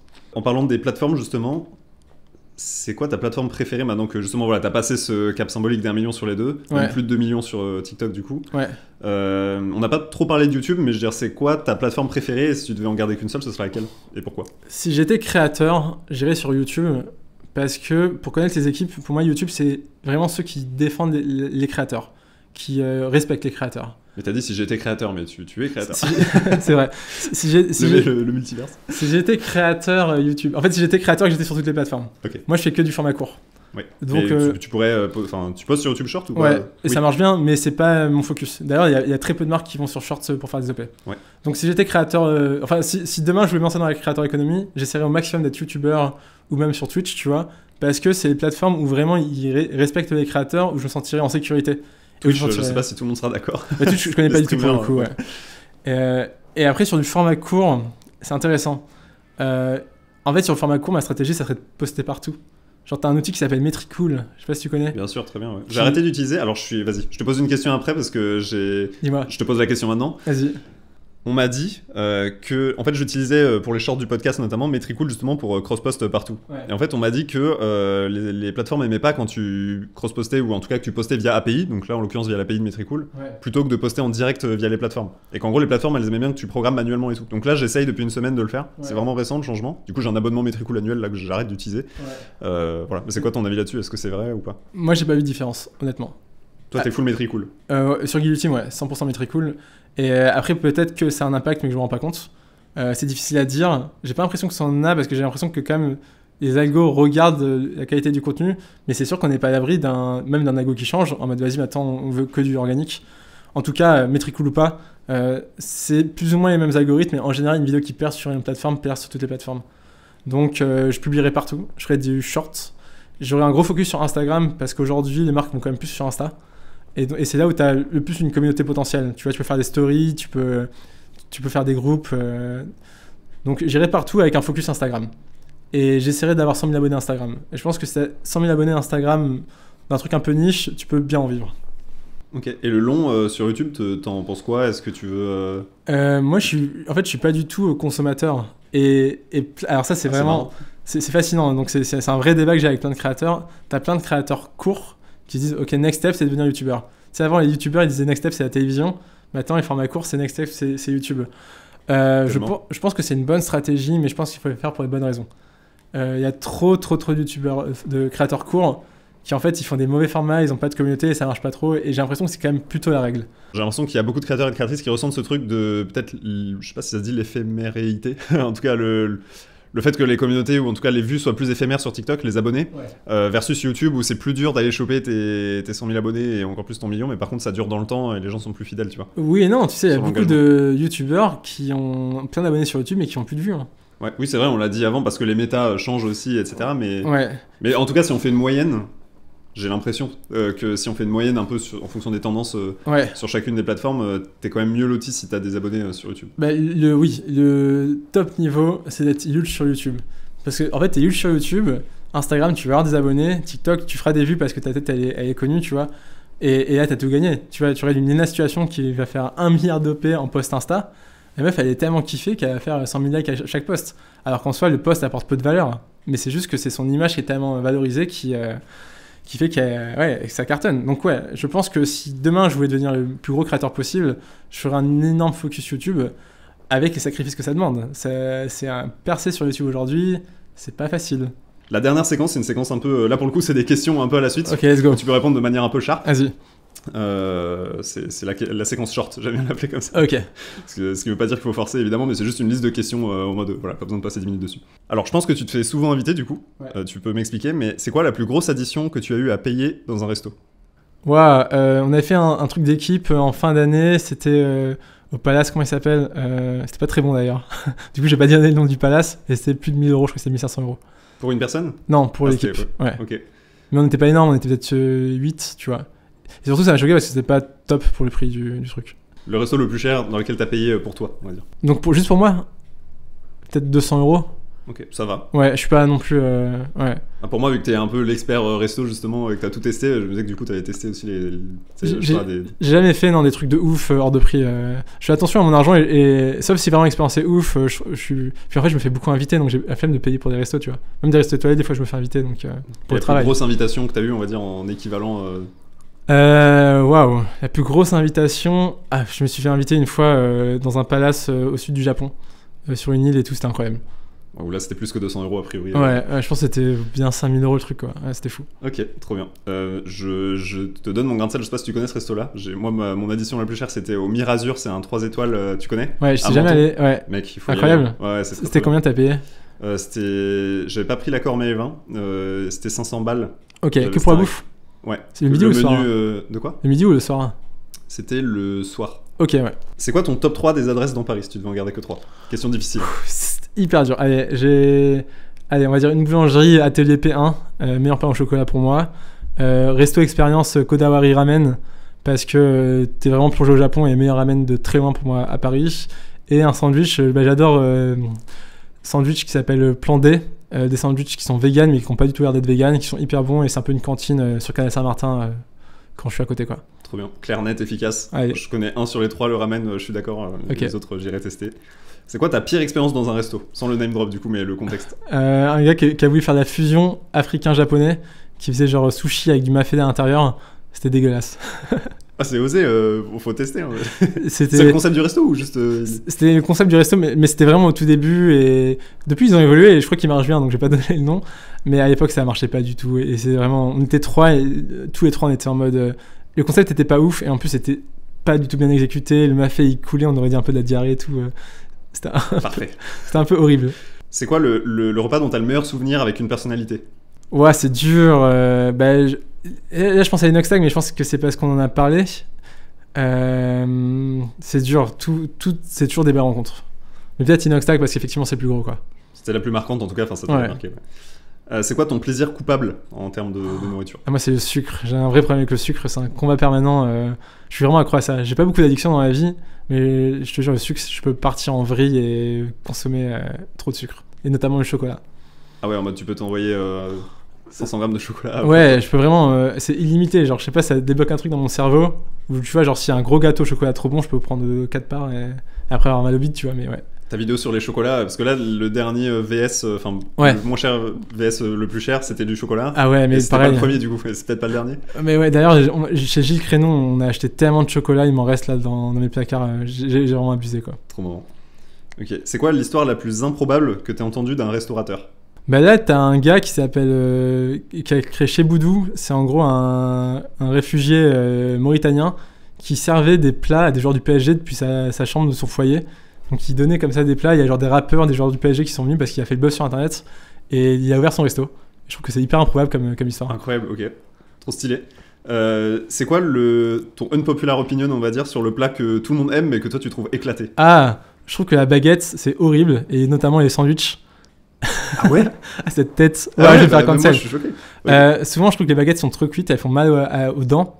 Tu sais, en croquant dedans, et t'as plein de sandwichs genre jambon-beurre. En fait, le ratio blé-pain versus jambon, il est pas du tout bon. Et du coup, tu te finis à bouffer 1 milliard de pain pour avoir très peu de garniture. Tu vois, par rapport à des banh mi ou des sandwichs japonais, ou des sando et tout, qui sont beaucoup plus mous, je trouve que c'est beaucoup plus équilibré. Et en plus, il y a beaucoup de baguettes qui sont pas très bonnes aujourd'hui, donc il y a énormément de gluten dedans. Et du coup, c'est pas du tout digeste. Donc vraiment, tu bouffes du gluten pas digeste avec un peu de prots. Donc nullissime et il y a un vrai problème pour moi autour de la baguette. Il y a des bons sandwichs, hein, mais beaucoup de trop mauvais. Je suis d'accord avec toi pour les sandwichs, c'est éclaté généralement avec la baguette quand tu compares. T'as cité les exemples japonais, mais même les focaccia italiennes. Ouais, Moi, ouais. dès que je prends des sandwichs, c'est des trucs italiens, c'est les focaccia, Ouais. full garniture dedans. Ouais. Les sandwichs boulangerie, ouais, c'est. un peu Des fois, dommage, tu dis arrête, franchement, mets des trucs dans ton sandwich, Ouais. quoi, j'ai envie de manger. Tu manges du pain, quoi. Avec Ouais, des fois, tu sais, je mange un peu de pain et je mange l'intérieur parce qu'en fait, ça me saoule de manger autant de pain, quoi. C'est quoi le plat un petit peu inconnu en France que t'as mangé et que tu recommanderais? Un truc qui se fait pas trop et qui s'est mal fait en France, c'est vraiment les onigiri, quoi. C'est des super snacks, c'est frais, c'est bon, mais en France, il y a jamais beaucoup de garniture, le riz, il est pas top. Du coup, c'est un peu pourri, tu vois, tu les achètes au Franprix et tout. Et c'est dommage parce que c'est un snack que moi j'adore manger au Japon et que j'aimerais trop qu'il arrive en France, mais bien fait, tu vois. C'est quoi le resto le plus improbable dans lequel t'as mangé? J'ai mangé un McDo dans le jardin de l'ambassade des États-Unis. What? Tu racontes l'histoire? J'étais invité pour le 7 juillet, 4 juillet, je sais plus, à la fête nationale américaine à l'ambassade. Et il se trouve qu'ils ont un jardin immense, c'est le deuxième plus grand jardin après Matignon à Paris. Donc c'est zinzin, là c'était au centre de Paris et t'as un jardin, tu vois, mais c'est presque une forêt, le truc c'est immense. Et du coup ils avaient plein de stands et ils avaient fait un stand où ils avaient fait venir un McDo et cuisiner du McDo sur place dans leur jardin, tu vois, en mode barbecue. Ils faisaient des nuggets et tout. Et j'ai trouvé ça assez fou comme expérience. Incroyable. T'as des images de ça, du coup? Un peu, mais je pense que vraiment, je pense que je les ai supprimés. J'ai pas pensé à faire une vidéo improbable. Après, c'était un peu voilà, un truc de présentation. Je voulais pas non plus faire hey, les gars, regardez, c'est une dinguerie et tout. Tu m'étonnes. Mais c'était vraiment absurde de ouf, quoi. Si tu devais. Là, donc là, c'était la séquence un peu full. Là, j'ai que des questions après viralité. On a terminé, Allez. cher Victor. Si tu devais garder un seul critère pour qu'une vidéo soit virale, ce serait lequel? Waouh. Un très, très, très, très bon hook. Ça suffit pas, mais tu feras toujours plus de vues avec un très bon hook et une vidéo de merde qu'avec une super vidéo et un hook de merde. C'est quoi la collab que tu rêves de faire et que t'as pas pu encore faire? En vidéo, j'adorerais faire le resto préféré de la situation. Parce que c'est une meuf incroyable que je trouve une aura de fou, elle est top et elle a l'air géniale, je l'ai jamais rencontrée. Enfin, j'étais dans des événements l'été, mais j'ai jamais vraiment pu échanger avec elle. Et je sais pas, je trouve qu'elle représente beaucoup de choses. Et d'ailleurs, le jaune du Guide Ultime, c'est parce que moi je kiffais la situation, ça avait sorti son bouquin.